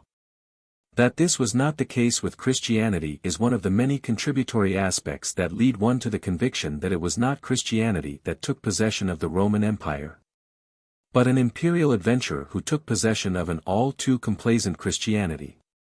Reverting now from these generalizations to the problem of the religious from which they arose, it will have become evident that the essential work of anyone who is conversant with the existing practice and literature of the law and whose natural abilities are forensic, will lie in the direction of reconstructing the theory and practice of the law in harmony with modern conceptions, of making that theory and practice clear and plain to ordinary men. Of reforming the abuses of the profession by working for the separation of bar and judiciary, for the amalgamation of the solicitors and the barristers, and the like needed reforms. These are matters that will probably only be properly set right by a quickening of conscience among lawyers themselves. Of no class of men is the help and service so necessary to the practical establishment of God's kingdom, as of men learned and experienced in the law. And there is no reason why for the present an advocate should not continue to plead in the courts, provided he does his utmost only to handle cases in which he believes he can serve the right. Few righteous cases are ill-served by a frank disposition on the part of lawyer and client to put everything before the court. Thereby of course there arises a difficult case of conscience. What if a lawyer, believing his client to be in the right, discovers him to be in the wrong? He cannot throw up the case unless he has been scandalously deceived, because so he would betray the confidence his client has put in him to see him through. He has a right to give himself away, but not to give away his client in this fashion. If he has a chance of a private consultation, I think he ought to do his best to make his client admit the truth of the case and give in, but failing this he has no right to be virtuous on behalf of another. No man may play God to another. He may remonstrate, but that is the limit of his right. He must respect a confidence, even if it is purely implicit and involuntary. I admit that here the barrister is in a cleft stick, and that he must see the business through according to the confidence his client has put in him, and afterwards be as sorry as he may be if an injustice ensues. And also I would suggest a lawyer may with a fairly good conscience defend a guilty man as if he were innocent, to save him from unjustly heavy penalties. This comparatively full discussion of the barrister's problem has been embarked upon because it does bring in a very typical fashion, just those uncertainties and imperfections that abound in real life. Religious conviction gives us a general direction, but it stands aside from many of these entangled struggles in the jungle of conscience. Practice is often easier than a rule. In practice a lawyer will know far more accurately than a hypothetical case can indicate, how far he is bound to see his client through, and how far he may play the keeper of his client's conscience. And nearly every day there happens instances where the most subtle casuistry will fail and the finger of conscience point unhesitatingly. One may have worried long in the preparation and preliminaries of the issue, one may bring the case at last into the final court of conscience in an apparently hopeless tangle. Then suddenly comes decision. The procedure of that silent, lit, and empty court in which a man states his case to God, is very simple and perfect. The excuses and the special pleading shrivel and vanish. In a little while the case lies bare and plain. 8. The oath of allegiance. The question of oaths of allegiance, acts of acquiescence in existing governments, and the like, is one that arises at once with the acceptance of God as the supreme and real king of the earth. At the worst Caesar is a usurper, a satrap claiming to be sovereign, at the best he is provisional. Modern casuistry makes no great trouble for the believing public official. The chief business of any believer is to do the work for which he is best fitted, and since all state affairs are to become the affairs of God's kingdom, it is of primary importance that they should come into the hands of God's servants. It is scarcely less necessary to a believing man with administrative gifts that he should be in the public administration, than that he should breathe and eat. And whatever oath or the like to usurper church or usurper king has been set up to bar access to service, is an oath imposed under duress. If it cannot be avoided it must be taken rather than that a man should become unserviceable. All such oaths are unfair and foolish things. They exclude no scoundrels, they are appeals to superstition.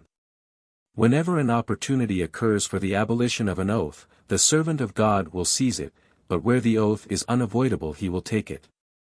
The service of God is not to achieve a delicate consistency of statement. It is to do as much as one can of God's work. 9. The priest and the creed.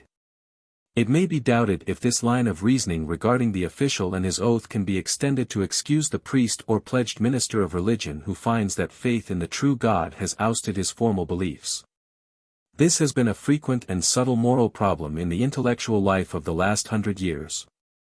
It has been increasingly difficult for any class of reading, talking, and discussing people such as are the bulk of the priesthoods of the Christian churches to escape hearing and reading the accumulated criticism of the Trinitarian theology and of the popularly accepted story of man's fall and salvation.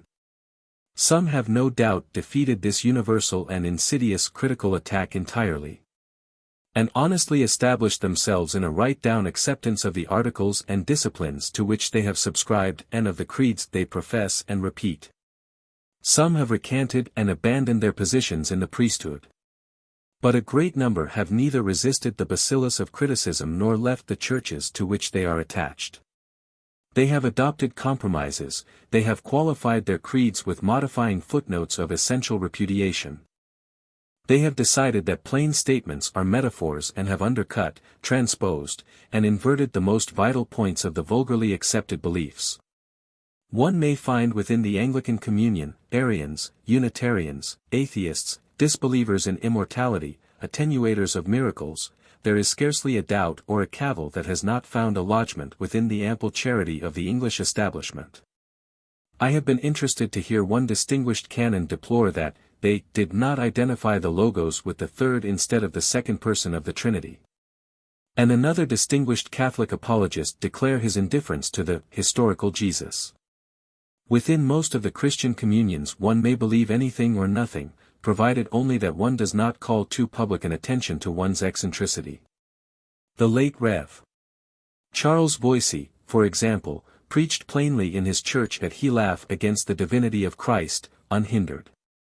It was only when he published his sermons under the provocative title of The Sling and the Stone, and caused an outcry beyond the limits of his congregation, that he was indicted and deprived. Now the reasons why these men do not leave the ministry or priesthood in which they find themselves are often very plausible. It is probable that in very few cases is the retention of stipend or incumbency a conscious dishonesty. At the worst it is mitigated by thought for wife or child. It has only been during very exceptional phases of religious development and controversy that beliefs have been really sharp. A creed, like a coin, it may be argued, loses little in practical value because it is worn, or bears the image of a vanished king. The religious life is a reality that has clothed itself in many garments, and the concern of the priest or minister is with the religious life and not with the poor symbols that may indeed pretend to express, but do as a matter of fact no more than indicate, its direction. It is quite possible to maintain that the Church and not the creed is the real and valuable instrument of religion, that the religious life is sustained not by its propositions but by its routines. Anyone who seeks the intimate discussion of spiritual things with professional divines, will find this is the substance of the case for the ecclesiastical skeptic. His church, he will admit, mumbles its statement of truth, but where else is truth? What better formulae are to be found for ineffable things? And meanwhile, he does good. That may be a valid defense before a man finds God. But we who profess the worship and fellowship of the living God deny that religion is a matter of ineffable things. The way of God is plain and simple and easy to understand. Therewith the whole position of the conforming skeptic is changed. If a professional religious has any justification at all for his professionalism, it is surely that he proclaims the nearness and greatness of God. And these creeds and articles and orthodoxies are not proclamations but curtains, they are a darkening and confusion of what should be crystal clear. What compensatory good can a priest pretend to do when his primary business is the truth and his method a lie? The oaths and incidental conformities of men who wish to serve God in the state are on a different footing altogether from the falsehood and mischief of one who knows the true God and yet recites to a trustful congregation. Foists upon a trustful congregation, a misleading and ill-phrased Levantine creed. Such is the line of thought which will impose the renunciation of his temporalities and a complete cessation of services upon every ordained priest and minister as his first act of faith. Once that he has truly realized God, it becomes impossible for him ever to repeat his creed again. His course seems plain and clear. It becomes him to stand up before the flock he has led in error, and to proclaim the being and nature of the one true God.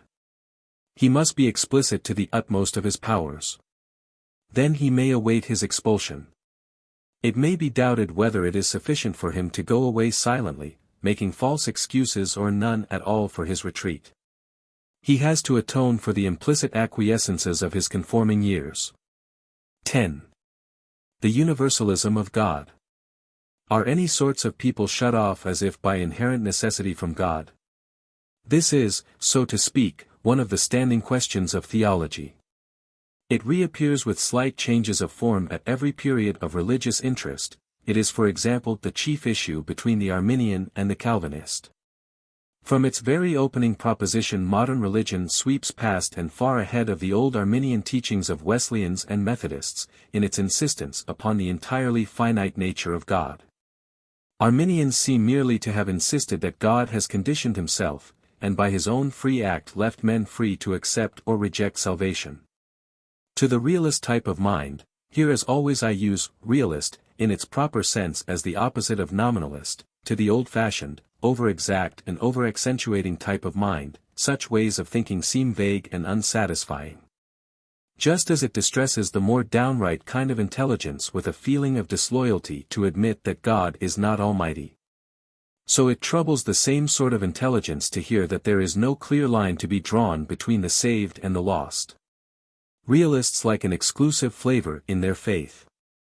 Moreover, it is a natural weakness of humanity to be forced into extreme positions by argument. It is probable, as I have already suggested, that the absolute attributes of God were forced upon Christianity under the stresses of propaganda. And it is probable that the theory of a superhuman obstinacy beyond salvation arose out of the irritations natural to theological debate. It is but a step from the realization that there are people absolutely unable or absolutely unwilling to see God as we see him, to the conviction that they are therefore shut off from God by an invincible soul blindness. It is very easy to believe that other people are essentially damned. Beyond the little world of our sympathies and comprehension there are those who seem inaccessible to God by any means within our experience. They are people answering to the hard-hearted, to the stiff-necked generation of the Hebrew prophets. They betray and even confess to standards that seem hopelessly base to us. They show themselves incapable of any disinterested enthusiasm for beauty or truth or goodness. They are altogether remote from intelligent sacrifice. To every test they betray vileness of texture, they are mean, cold, wicked. There are people who seem to cheat with a private self-approval, who are ever ready to do harsh and cruel things, whose use for social feeling is the malignant boycott, and for prosperity, monopolization and humiliating display. Who seize upon religion and turn it into persecution, and upon beauty to torment it on the altars of some joyless vice. We cannot do with such souls. We have no use for them, and it is very easy indeed to step from that persuasion to the belief that God has no use for them. And besides these base people there are the stupid people and the people with minds so poor in texture that they cannot even grasp the few broad and simple ideas that seem necessary to the salvation we experience. Who lapse helplessly into fetishistic and fearful conceptions of God, and are apparently quite incapable of distinguishing between what is practically and what is spiritually good. It is an easy thing to conclude that the only way to God is our way to God, that he is the privilege of a finer and better sort to which we of course belong.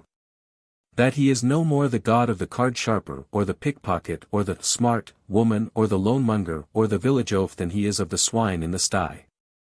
But are we justified in thus limiting God to the measure of our moral and intellectual understandings?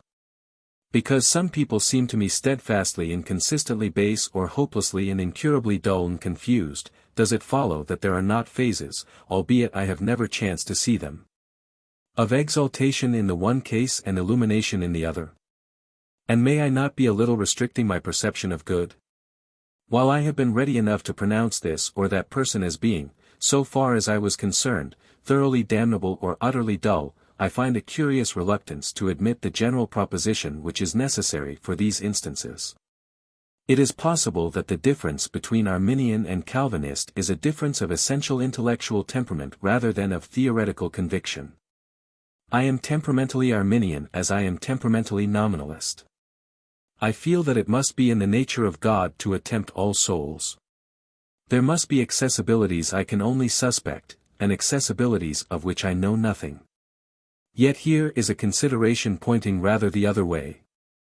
If you think, as you must think, that you yourself can be lost to God and damned, then I cannot see how you can avoid thinking that other people can be damned. But that is not to believe that there are people damned at the outset by their moral and intellectual insufficiency, that is not to make out that there is a class of essential and incurable spiritual defectives. The religious life preceded clear religious understanding and extends far beyond its range. In my own case I perceive that in spite of the value I attach to true belief, the reality of religion is not an intellectual thing. The essential religious fact is in another than the mental sphere. I am passionately anxious to have the idea of God clear in my own mind, and to make my beliefs plain and clear to other people, and particularly to other people who may seem to be feeling with me. I do perceive that error is evil if only because a faith based on confused conceptions and partial understandings may suffer irreparable injury through the collapse of its substratum of ideas. I doubt if faith can be complete and enduring if it is not secured by the definite knowledge of the true God. Yet I have also to admit that I find the form of my own religious emotion paralleled by people with whom I have no intellectual sympathy and no agreement in phrase or formula at all. There is for example this practical identity of religious feeling and this discrepancy of interpretation between such an inquirer as myself and a convert of the Salvation Army.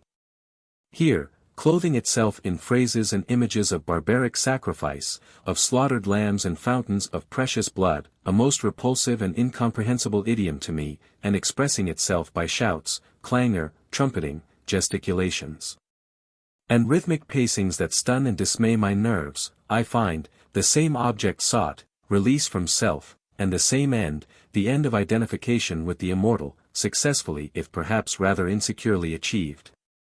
I see God indubitably present in these excitements, and I see personalities I could easily have misjudged as too base or too dense for spiritual understandings, lit by the manifest reflection of divinity. One may be led into the absurdest underestimates of religious possibilities if one estimates people only coldly and in the light of everyday life. There is a sub-intellectual religious life which, very conceivably, when its utmost range can be examined, excludes nothing human from religious cooperation, which will use any words to its tune, which takes its phrasing ready-made from the world about it, as it takes the street for its temple, and yet which may be at its inner point in the directest contact with God. Religion may suffer from aphasia and still be religion, it may utter misleading or nonsensical words and yet intend and convey the truth. The methods of the Salvation Army are older than doctrinal Christianity, and may long survive it. Men and women may still chant of Beulah land and cry out in the ecstasy of salvation. The tambourine, that modern revival of the thrilling Alexandrine sistrum, may still stir dull nerves to a first apprehension of powers and a call beyond the immediate material compulsion of life. When the creeds of Christianity are as dead as the lore of the Druids. The emancipation of mankind from obsolete theories and formularies may be accompanied by great tides of moral and emotional release among types and strata that by the standards of a trained and explicit intellectual, may seem spiritually hopeless. It is not necessary to imagine the whole world critical and lucid in order to imagine the whole world unified in religious sentiment, comprehending the same phrases and coming together regardless of class and race and quality, in the worship and service of the true God. The coming kingship of God, if it is to be more than hieratic tyranny, must have this universality of appeal. As the head grows clear, the body will turn in the right direction. To the mass of men modern religion says, this is the God it has always been in your nature to apprehend. 11. God and the love and status of women. Now that we are discussing the general question of individual conduct, it will be convenient to take up again and restate in that relationship propositions already made very plainly in the second and third chapters. Here there are several excellent reasons for a certain amount of deliberate repetition. All the mystical relations of chastity, virginity, and the like with religion, those questions of physical status that play so large a part in most contemporary religions, have disappeared from modern faith. Let us be as clear as possible upon this.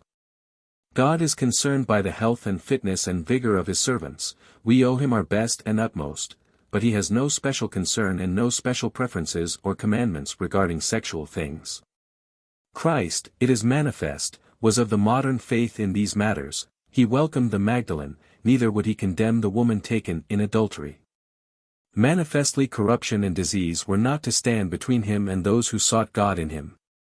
But the Christianity of the creeds, in this as in so many respects, does not rise to the level of its founder, and it is as necessary to repeat today as though the name of Christ had not been ascendant for 19 centuries.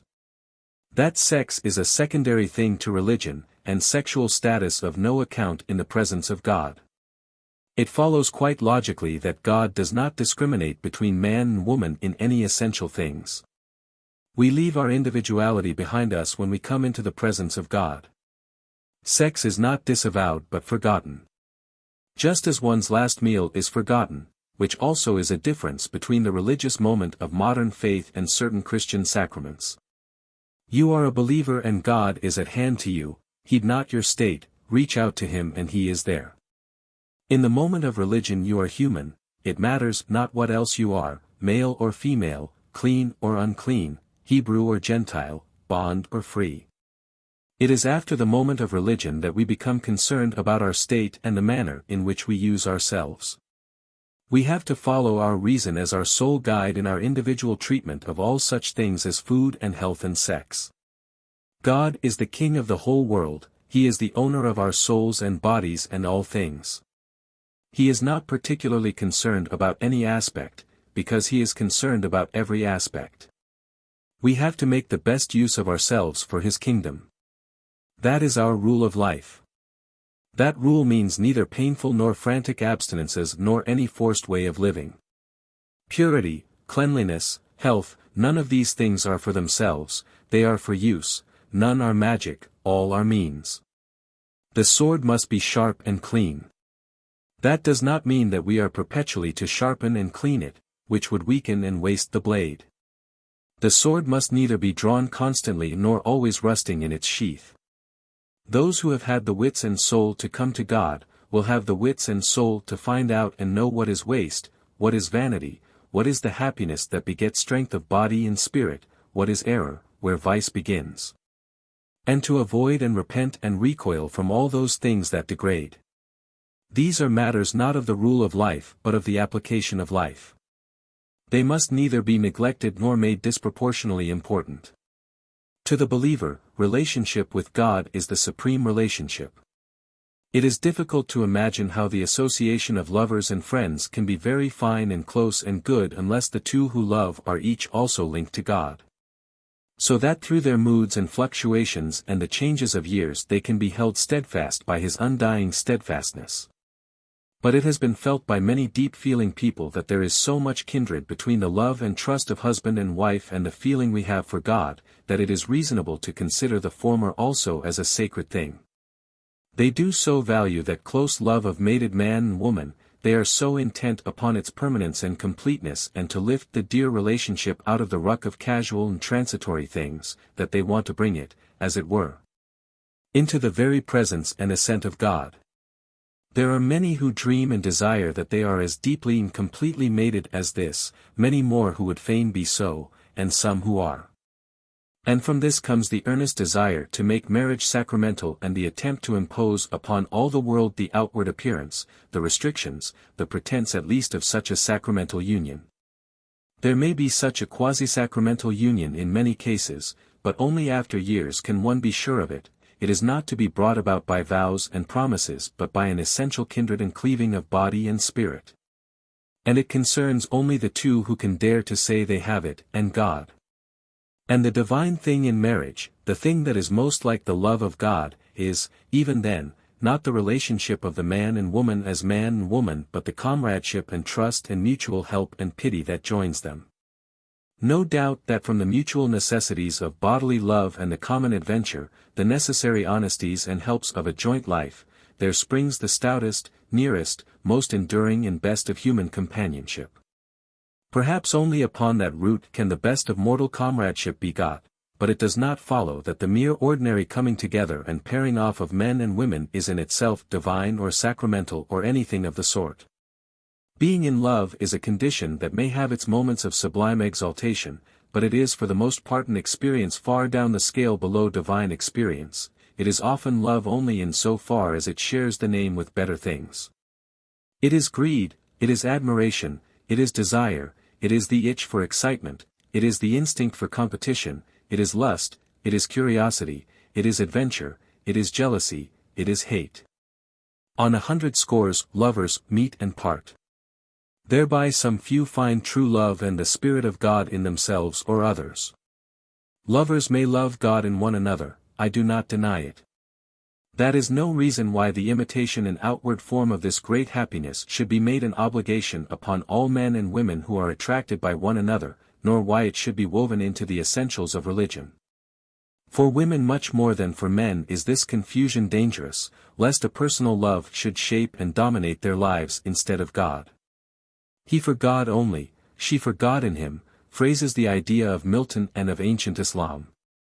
It is the formula of sexual infatuation, a formula quite easily inverted, as the end of Goethe's Faust, the woman's soul leadeth us upward and on, may witness. The whole drift of modern religious feeling is against this exaggeration of sexual feeling, these moods of sexual slavishness, in spiritual things. Between the healthy love of ordinary mortal lovers in love and the love of God, there is an essential contrast and opposition in this, that preference, exclusiveness, and jealousy seem to be in the very nature of the former and are absolutely incompatible with the latter. The former is the intensest realization of which our individualities are capable, the latter is the way of escape from the limitations of individuality. It may be true that a few men and more women do achieve the completest unselfishness and self-abandonment in earthly love. So the poets and romancers tell us. If so, it is that by an imaginative perversion they have given to some attractive person a worship that should be reserved for God and a devotion that is normally evoked only by little children in their mother's heart. It is not the way between most of the men and women one meets in this world. But between God and the believer there is no other way, there is nothing else, but self-surrender and the ending of self. Chapter the 6th. Modern Ideas of Sin and Damnation. 1. The biological equivalent of sin. If the reader who is unfamiliar with scientific things will obtain and read Metchnikoff's Nature of Man, he will find there an interesting summary of the biological facts that bear upon and destroy the delusion that there is such a thing as individual perfection, that there is even ideal perfection for humanity. With an abundance of convincing instances Professor Metchnikoff demonstrates that life is a system of disharmonies, capable of no perfect way, that there is no perfect dieting, no perfect sexual life, no perfect happiness, no perfect conduct. He releases one from the arbitrary but all too easy assumption that there is even an ideal perfection in organic life. He sweeps out of the mind with all the confidence and conviction of a physiological specialist, any idea that there is a perfect man or a conceivable perfect man. It is in the nature of every man to fall short at every point from perfection. From the biological point of view we are as individuals a series of involuntary tries, on the part of an imperfect species towards an unknown end. Our spiritual nature follows our bodily as a glove follows a hand. We are disharmonious beings and salvation no more makes an end to the defects of our souls than it makes an end to the decay of our teeth or to those vestigial structures of our body that endanger our physical welfare. Salvation leaves us still disharmonious, and adds not an inch to our spiritual and moral stature. 2. What is damnation? Let us now take up the question of what is sin, and what we mean by the term damnation, in the light of this view of human reality. Most of the great world religions are as clear as Professor Metchnikoff that life in the world is a tangle of disharmonies, and in most cases they supply a more or less myth-like explanation. They declare that evil is one side of the conflict between Ahriman and Ormuzd, or that it is the punishment of an act of disobedience, of the fall of man and world alike from a state of harmony. Their case, like his, is that this world is damned. We do not find the belief that superposed upon the miseries of this world there are the still bitterer miseries of punishments after death, so nearly universal. The endless punishments of hell appear to be an exploit of theory, they have a superadded appearance even in the Christian system. The same common tendency to superlatives and absolutes that makes men ashamed to admit that God is finite, makes them seek to enhance the merits of their Savior by the device of everlasting fire. Conquest over the sorrow of life and the fear of death do not seem to them sufficient for Christ's glory. Now the turning round of the modern mind from a conception of the universe as something derived deductively from the past to a conception of it as something gathering itself adventurously towards the future, involves a release from the supposed necessity to tell a story and explain why. Instead comes the inquiry, to what end? We can say without mental discomfort, these disharmonies are here, this damnation is here, inexplicably. We can, without any distressful inquiry into ultimate origins, bring our minds to the conception of a spontaneous and developing God arising out of those stresses in our hearts and in the universe, and arising to overcome them. Salvation for the individual is escape from the individual distress at disharmony and the individual defeat by death, into the kingdom of God. And damnation can be nothing more and nothing less than the failure or inability or disinclination to make that escape. Something of that idea of damnation as a lack of the will for salvation has crept at a number of points into contemporary religious thought. It was the fine fancy of Swedenborg that the damned go to their own hells of their own accord. It underlies a queer poem, Simpson, by that interesting essayist upon modern Christianity, Mr. Clutton Brock, which I have recently read. Simpson dies and goes to hell, it is rather like the Cromwell Road, and approves of it very highly, and then only is he completely damned. Not to realize that one can be damned is certainly to be damned, such is Mr. Brock's idea. It is his definition of damnation. Satisfaction with existing things is damnation. It is surrender to limitation, it is acquiescence in disharmony, it is making peace with that enemy against whom God fights forever. But whether there are indeed Simpsons who acquiesce always and forever remains for me, as I have already confessed in the previous chapter, a quite open question. My Arminian temperament turns me from the Calvinistic conclusion of Mr. Brock's satire. 3. Sin is not damnation. Now the question of sin will hardly concern those damned and lost by nature, if such there be. Sin is not the same thing as damnation, as we have just defined damnation. Damnation is a state, but sin is an incident. One is an essential and the other an incidental separation from God. It is possible to sin without being damned. And to be damned is to be in a state when sin scarcely matters, like ink upon a blackamoor. You cannot have questions of more or less among absolute things. It is the amazing and distressful discovery of every believer so soon as the first exaltation of belief is past, that one does not remain always in touch with God. At first it seems incredible that one should ever have any motive again that is not also God's motive. Then one finds oneself caught unawares by a base impulse. We discover that discontinuousness of our apparently homogeneous selves, the unincorporated and warring elements that seemed at first altogether absent from the synthesis of conversion. We are tripped up by forgetfulness, by distraction, by old habits, by tricks of appearance. There come dull patches of existence. Those mysterious obliterations of one's finer sense that are due at times to the little minor poisons one eats or drinks, to phases of fatigue, ill health and bodily disorder, or one is betrayed by some unanticipated storm of emotion. Brewed deep in the animal being and released by any trifling accident, such as personal jealousy or lust, or one is relaxed by contentment into vanity.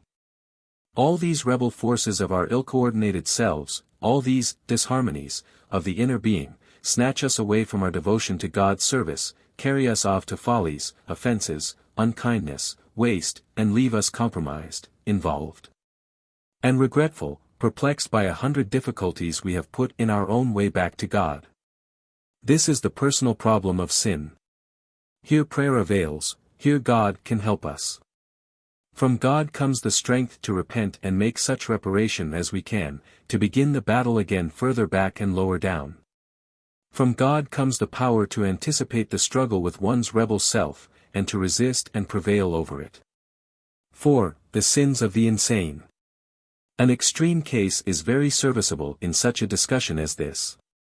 It happens that the author carries on a correspondence with several lunatics in asylums. There is a considerable freedom of notepaper in these institutions. The outgoing letters are no doubt censored or selected in some way, but a proportion at any rate are allowed to go out to their addresses. As a journalist who signs his articles and as the author of various books of fiction, as a frequent name, that is, to any one much forced back upon reading, the writer is particularly accessible to this type of correspondent.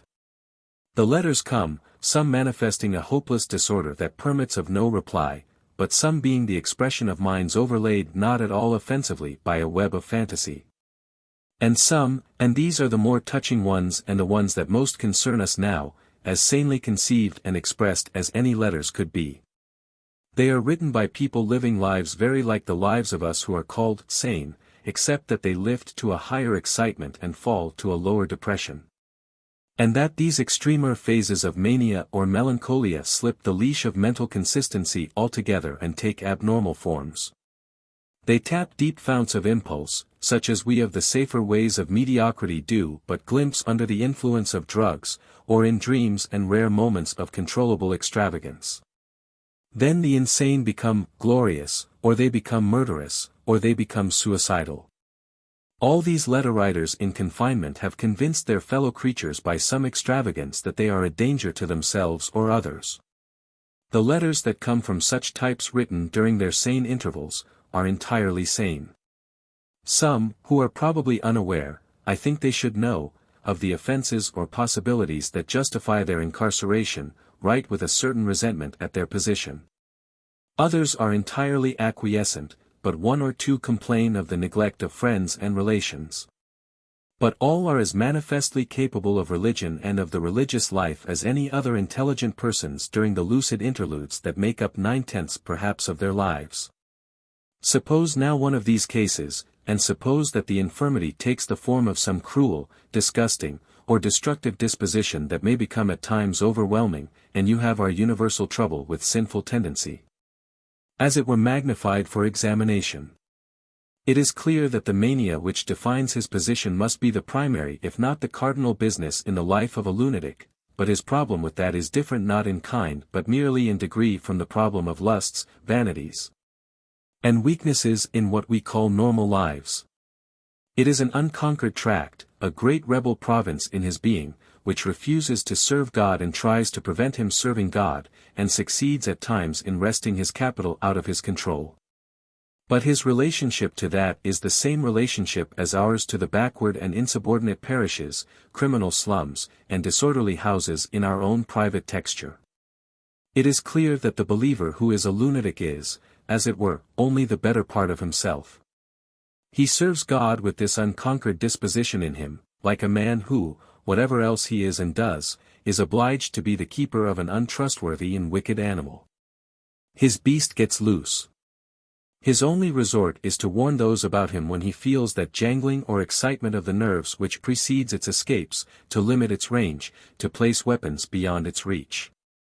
And there are plenty of human beings very much in his case, whose beasts have never got loose or have got caught back before their essential insanity was apparent. And there are those uncertifiable lunatics we call men and women of impulse and strong passions. If perhaps they have more self-control than the really mad, yet it happens oftener with them that the whole intelligent being falls under the dominion of evil. The passion scarcely less than the obsession may darken the whole moral sky. Repentance and atonement, nothing less will avail them after the storm has passed, and the sedulous preparation of defenses and palliatives against the return of the storm. This discussion of the lunatic's case gives us indeed, usefully coarse and large, the lines for the treatment of every human weakness by the servants of God. A weakness, just like the lunatic's mania, becomes a particular charge under God, a special duty for the person it affects. He has to minimize it, to isolate it, to keep it out of mischief. If he can, he must adopt preventive measures. These passions and weaknesses that get control of us hamper our usefulness to God, they are an incessant anxiety and distress to us, they wound our self-respect and make us incomprehensible to many who would trust us. They discredit the faith we profess. If they break through and break through again, it is natural and proper that men and women should cease to believe in our faith, cease to work with us or to meet us frankly. Our sins do everything evil to us and through us except separate us from God. Yet let there be no mistake about one thing. Here prayer is a power. Here God can indeed work miracles. A man with the light of God in his heart can defeat vicious habits, rise again combative and undaunted after 100 falls, escape from the grip of lusts and revenges, make head against despair, thrust back the very onset of madness. He is still the same man he was before he came to God, still with his libidinous, vindictive, boastful, or indolent vein. But now his will to prevail over those qualities can refer to an exterior standard and an external interest, he can draw upon a strength, almost boundless, beyond his own. 5. Believe, and you are saved. But be a sin great or small, it cannot damn a man once he has found God. You may kill and hang for it, you may rob or rape. The moment you truly repent and set yourself to such atonement and reparation as is possible, there remains no barrier between you and God. Directly you cease to hide or deny or escape, and turn manfully towards the consequences and the setting of things right, you take hold again of the hand of God. Though you sin 70 times 7 times, God will still forgive the poor rest of you. Nothing but utter blindness of the spirit can shut a man off from God. There is nothing one can suffer, no situation so unfortunate, that it can shut off one who has the thought of God, from God.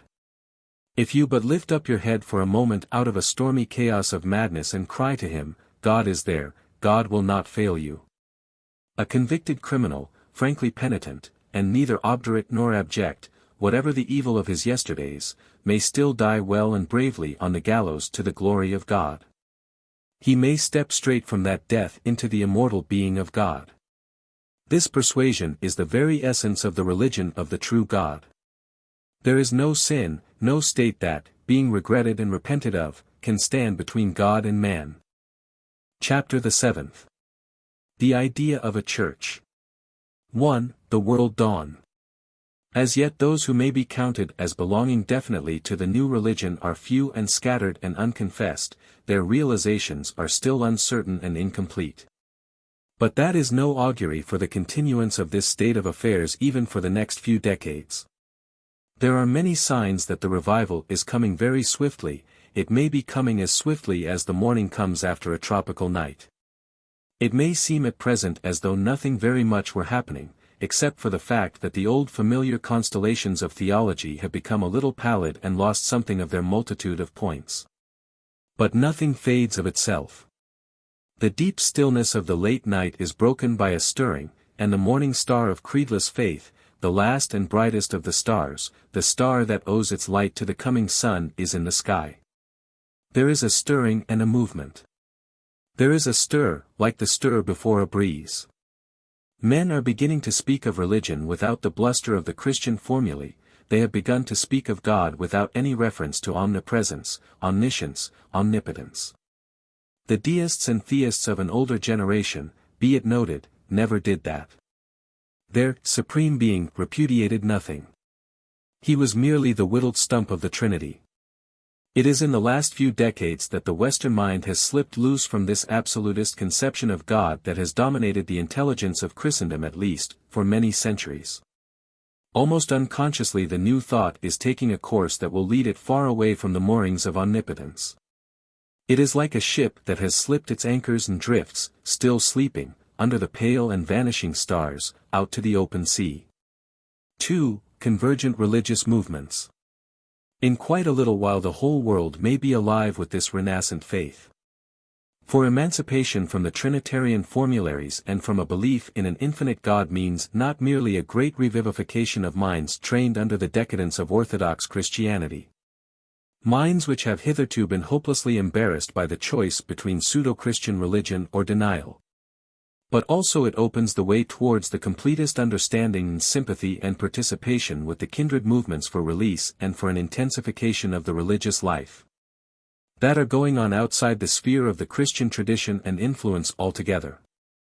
Allusion has already been made to the sympathetic devotional poetry of Rabindranath Tagore, he stands for a movement in Brahmanism parallel with and assimilable to the worship of the true God of mankind. It is too often supposed that the religious tendency of the East is entirely towards otherworldness, to a treatment of this life as an evil entanglement and of death as a release and a blessing. It is too easily assumed that Eastern teaching is wholly concerned with renunciation, not merely of self but of being, with the escape from all effort of any sort into an exalted vacuity. This is indeed neither the spirit of China nor of Islam nor of the everyday life of any people in the world. It is not the spirit of the Sikh nor of these newer developments of Hindu thought. It has never been the spirit of Japan. Today less than ever does Asia seem disposed to give up life and the effort of life. Just as readily as Europeans, do the Asiatics reach out their arms to that fuller life we can live, that greater intensity of existence, to which we can attain by escaping from ourselves. All mankind is seeking God.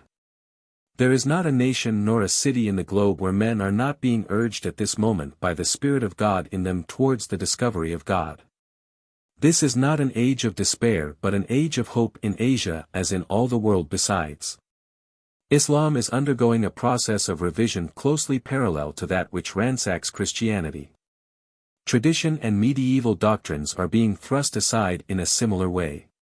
There is much probing into the spirit and intention of the founder. The time is almost ripe for a heart-searching dialogue of the dead, how we settled our religions for ever and ever, between, let us say, Eusebius of Caesarea and one of Nizam al-Mulk's tame theologians. They would be drawn together by the same tribulations, they would be in the closest sympathy against the temerity of the moderns, they would have a common courtliness. The Quran is but little read by Europeans. It is ignorantly supposed to contain many things that it does not contain. There is much confusion in people's minds between its text and the ancient Semitic traditions and usages retained by its followers. In places it may seem formless and barbaric, but what it has chiefly to tell of is the leadership of one individualized militant God who claims the rule of the whole world, who favors neither rank nor race, who would lead men to righteousness.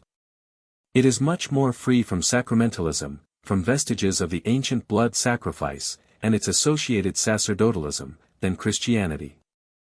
The religion that will presently sway mankind can be reached more easily from that starting point than from the confused mysteries of Trinitarian theology.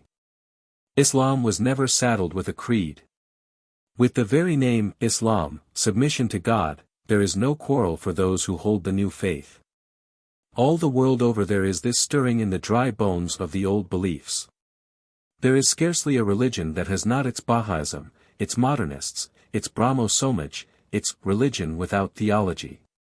Its attempts to escape from old forms and hampering associations to that living and worldwide spiritual reality upon which the human mind almost instinctively insists.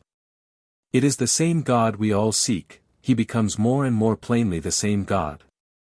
So that all this religious stir, which seems so multifold and incidental and disconnected and confused and entirely ineffective today, may be and most probably will be.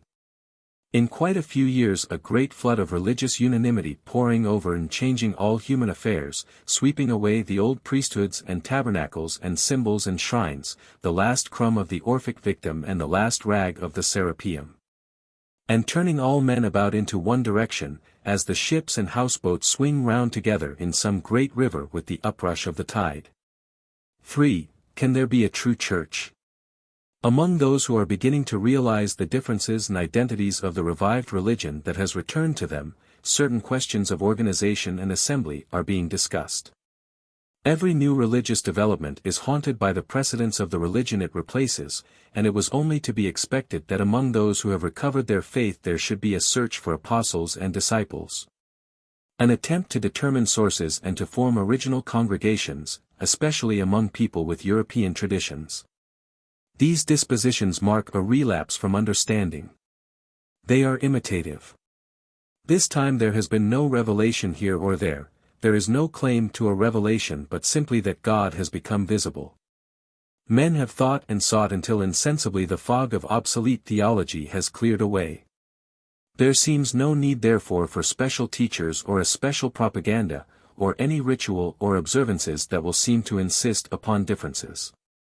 The Christian precedent of a church is particularly misleading. The church with its sacraments and its sacerdotalism is the disease of Christianity. Save for a few doubtful interpolations, there is no evidence that Christ tolerated either blood sacrifices or the mysteries of priesthood. All these antique grossnesses were superadded after his martyrdom. He preached not a cult but a gospel. He sent out not medicine men but apostles. No doubt all who believe owe an apostolic service to God. They become naturally apostolic. As men perceive and realize God, each will be disposed in his own fashion to call his neighbor's attention to what he sees. The necessary elements of religion could be written on a postcard. This book, small as it is, bulks large not by what it tells positively but because it deals with misconceptions. We may, little doubt have I that we do, need special propagandas and organizations to discuss errors and keep back the jungle of false ideas, to maintain free speech and restrain the enterprise of the persecutor. But we do not want a church to keep our faith for us. We want our faith spread, but for that there is no need for orthodoxies and controlling organizations of statement. It is for each man to follow his own impulse, and to speak to his like in his own fashion. Whatever religious congregations men may form henceforth in the name of the true God must be for their own sakes and not to take charge of religion.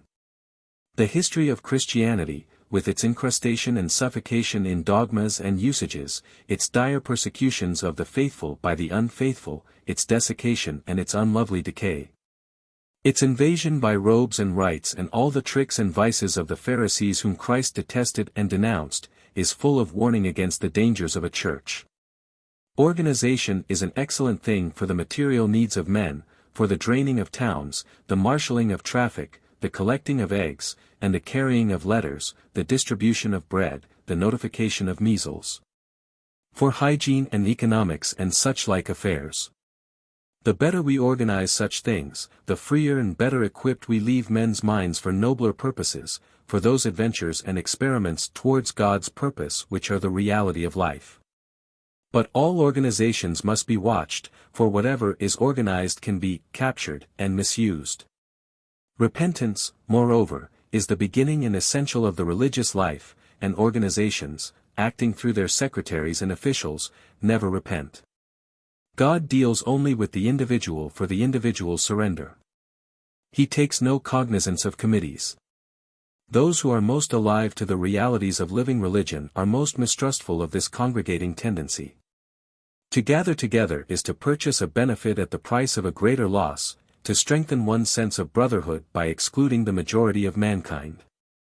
Before you know where you are, you will have exchanged the Spirit of God for esprit de corps. You will have reinvented the symbol, you will have begun to keep anniversaries and establish sacramental ceremonies. The disposition to form cliques and exclude and conspire against unlike people is all too strong in humanity, to permit of its formal encouragement. Even such organization as is implied by a creed is to be avoided, for all living faith coagulates as you phrase it. In this book I have not given so much as a definite name to the faith of the true God. Organization for worship and collective exaltation also, it may be urged, is of little manifest good. You cannot appoint beforehand a time and place for God to irradiate your soul. All these are very valid objections to the church-forming disposition. 4. Organizations under God. Yet still this leaves many dissatisfied. They want to shout out about God. They want to share this great thing with all mankind. Why should they not shout and share? Let them express all that they desire to express in their own fashion by themselves or grouped with their friends as they will. Let them shout chorally if they are so disposed. Let them work in a gang if so they can work the better. But let them guard themselves against the idea that they can have God particularly or exclusively with them in any such undertaking. Or that so they can express God rather than themselves. That I think states the attitude of the modern spirit towards the idea of a church. Mankind passes forever out of the idolatry of altars, away from the obscene rites of circumcision and symbolical cannibalism, beyond the sway of the ceremonial priest. But if the modern spirit holds that religion cannot be organized or any intermediary thrust between God and man, that does not preclude infinite possibilities of organization and collective action under God and within the compass of religion. There is no reason why religious men should not band themselves the better to attain specific ends. To borrow a term from British politics, there is no objection to ad hoc organizations. The objection lies not against subsidiary organizations for service but against organizations that may claim to be comprehensive. For example, there is no reason why one should not, and in many cases there are good reasons why one should, organize or join associations for the criticism of religious ideas, an employment that may pass very readily into propaganda. Many people feel the need of prayer to resist the evil in themselves and to keep them in mind of divine emotion. And many want not merely prayer but formal prayer and the support of others, praying in unison. The writer does not understand this desire or need for collective prayer very well, but there are people who appear to do so, and there is no reason why they should not assemble for that purpose. And there is no doubt that divine poetry, divine maxims, religious thought finely expressed, may be heard, rehearsed, collected, published, and distributed by associations. The desire for expression implies a sort of assembly, a hearer at least as well as a speaker. An expression has many forms. People with a strong artistic impulse will necessarily want to express themselves by art when religion touches them, and many arts, architecture and the drama for example, are collective undertakings. I do not see why there should not be, under God, associations for building cathedrals and such like great still places urgent with beauty, into which men and women may go to rest from the clamor of the day's confusions.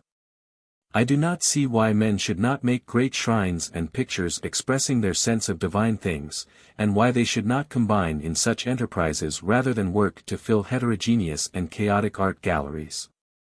A wave of religious revival and religious clarification, such as I foresee, will most certainly bring with it a great revival of art, religious art, music, songs, and writings of all sorts, drama, the making of shrines, praying places, temples and retreats, the creation of pictures and sculptures.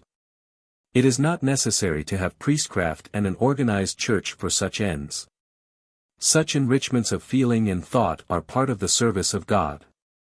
And again, under God, there may be associations and fraternities for research in pure science. Associations for the teaching and simplification of languages, associations for promoting and watching education, associations for the discussion of political problems and the determination of right policies. In all these ways men may multiply their use by union. Only when associations seek to control things of belief, to dictate formulae, restrict religious activities or the freedom of religious thought and teaching, when they tend to subdivide those who believe and to set up jealousies or exclusions, do they become antagonistic to the spirit of modern religion. 5. The state is God's instrument. Because religion cannot be organized, because God is everywhere and immediately accessible to every human being, it does not follow that religion cannot organize every other human affair.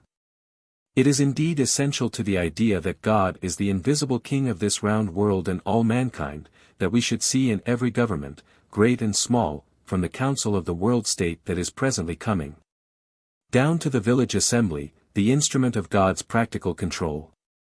Religion which is free, speaking freely through whom it will, subject to a perpetual unlimited criticism, will be the life and driving power of the whole organized world. So that if you prefer not to say that there will be no church, if you choose rather to declare that the world state is God's church, you may have it so if you will. Provided that you leave conscience and speech and writing and teaching about divine things absolutely free, and that you try to set no nets about God. The world is God's and He takes it. But He Himself remains freedom, and we find our freedom in Him. The Envoy. So I end this compact statement of the renascent religion which I believe to be crystallizing out of the intellectual, social, and spiritual confusions of this time. It is an account rendered. It is a statement and record, not a theory.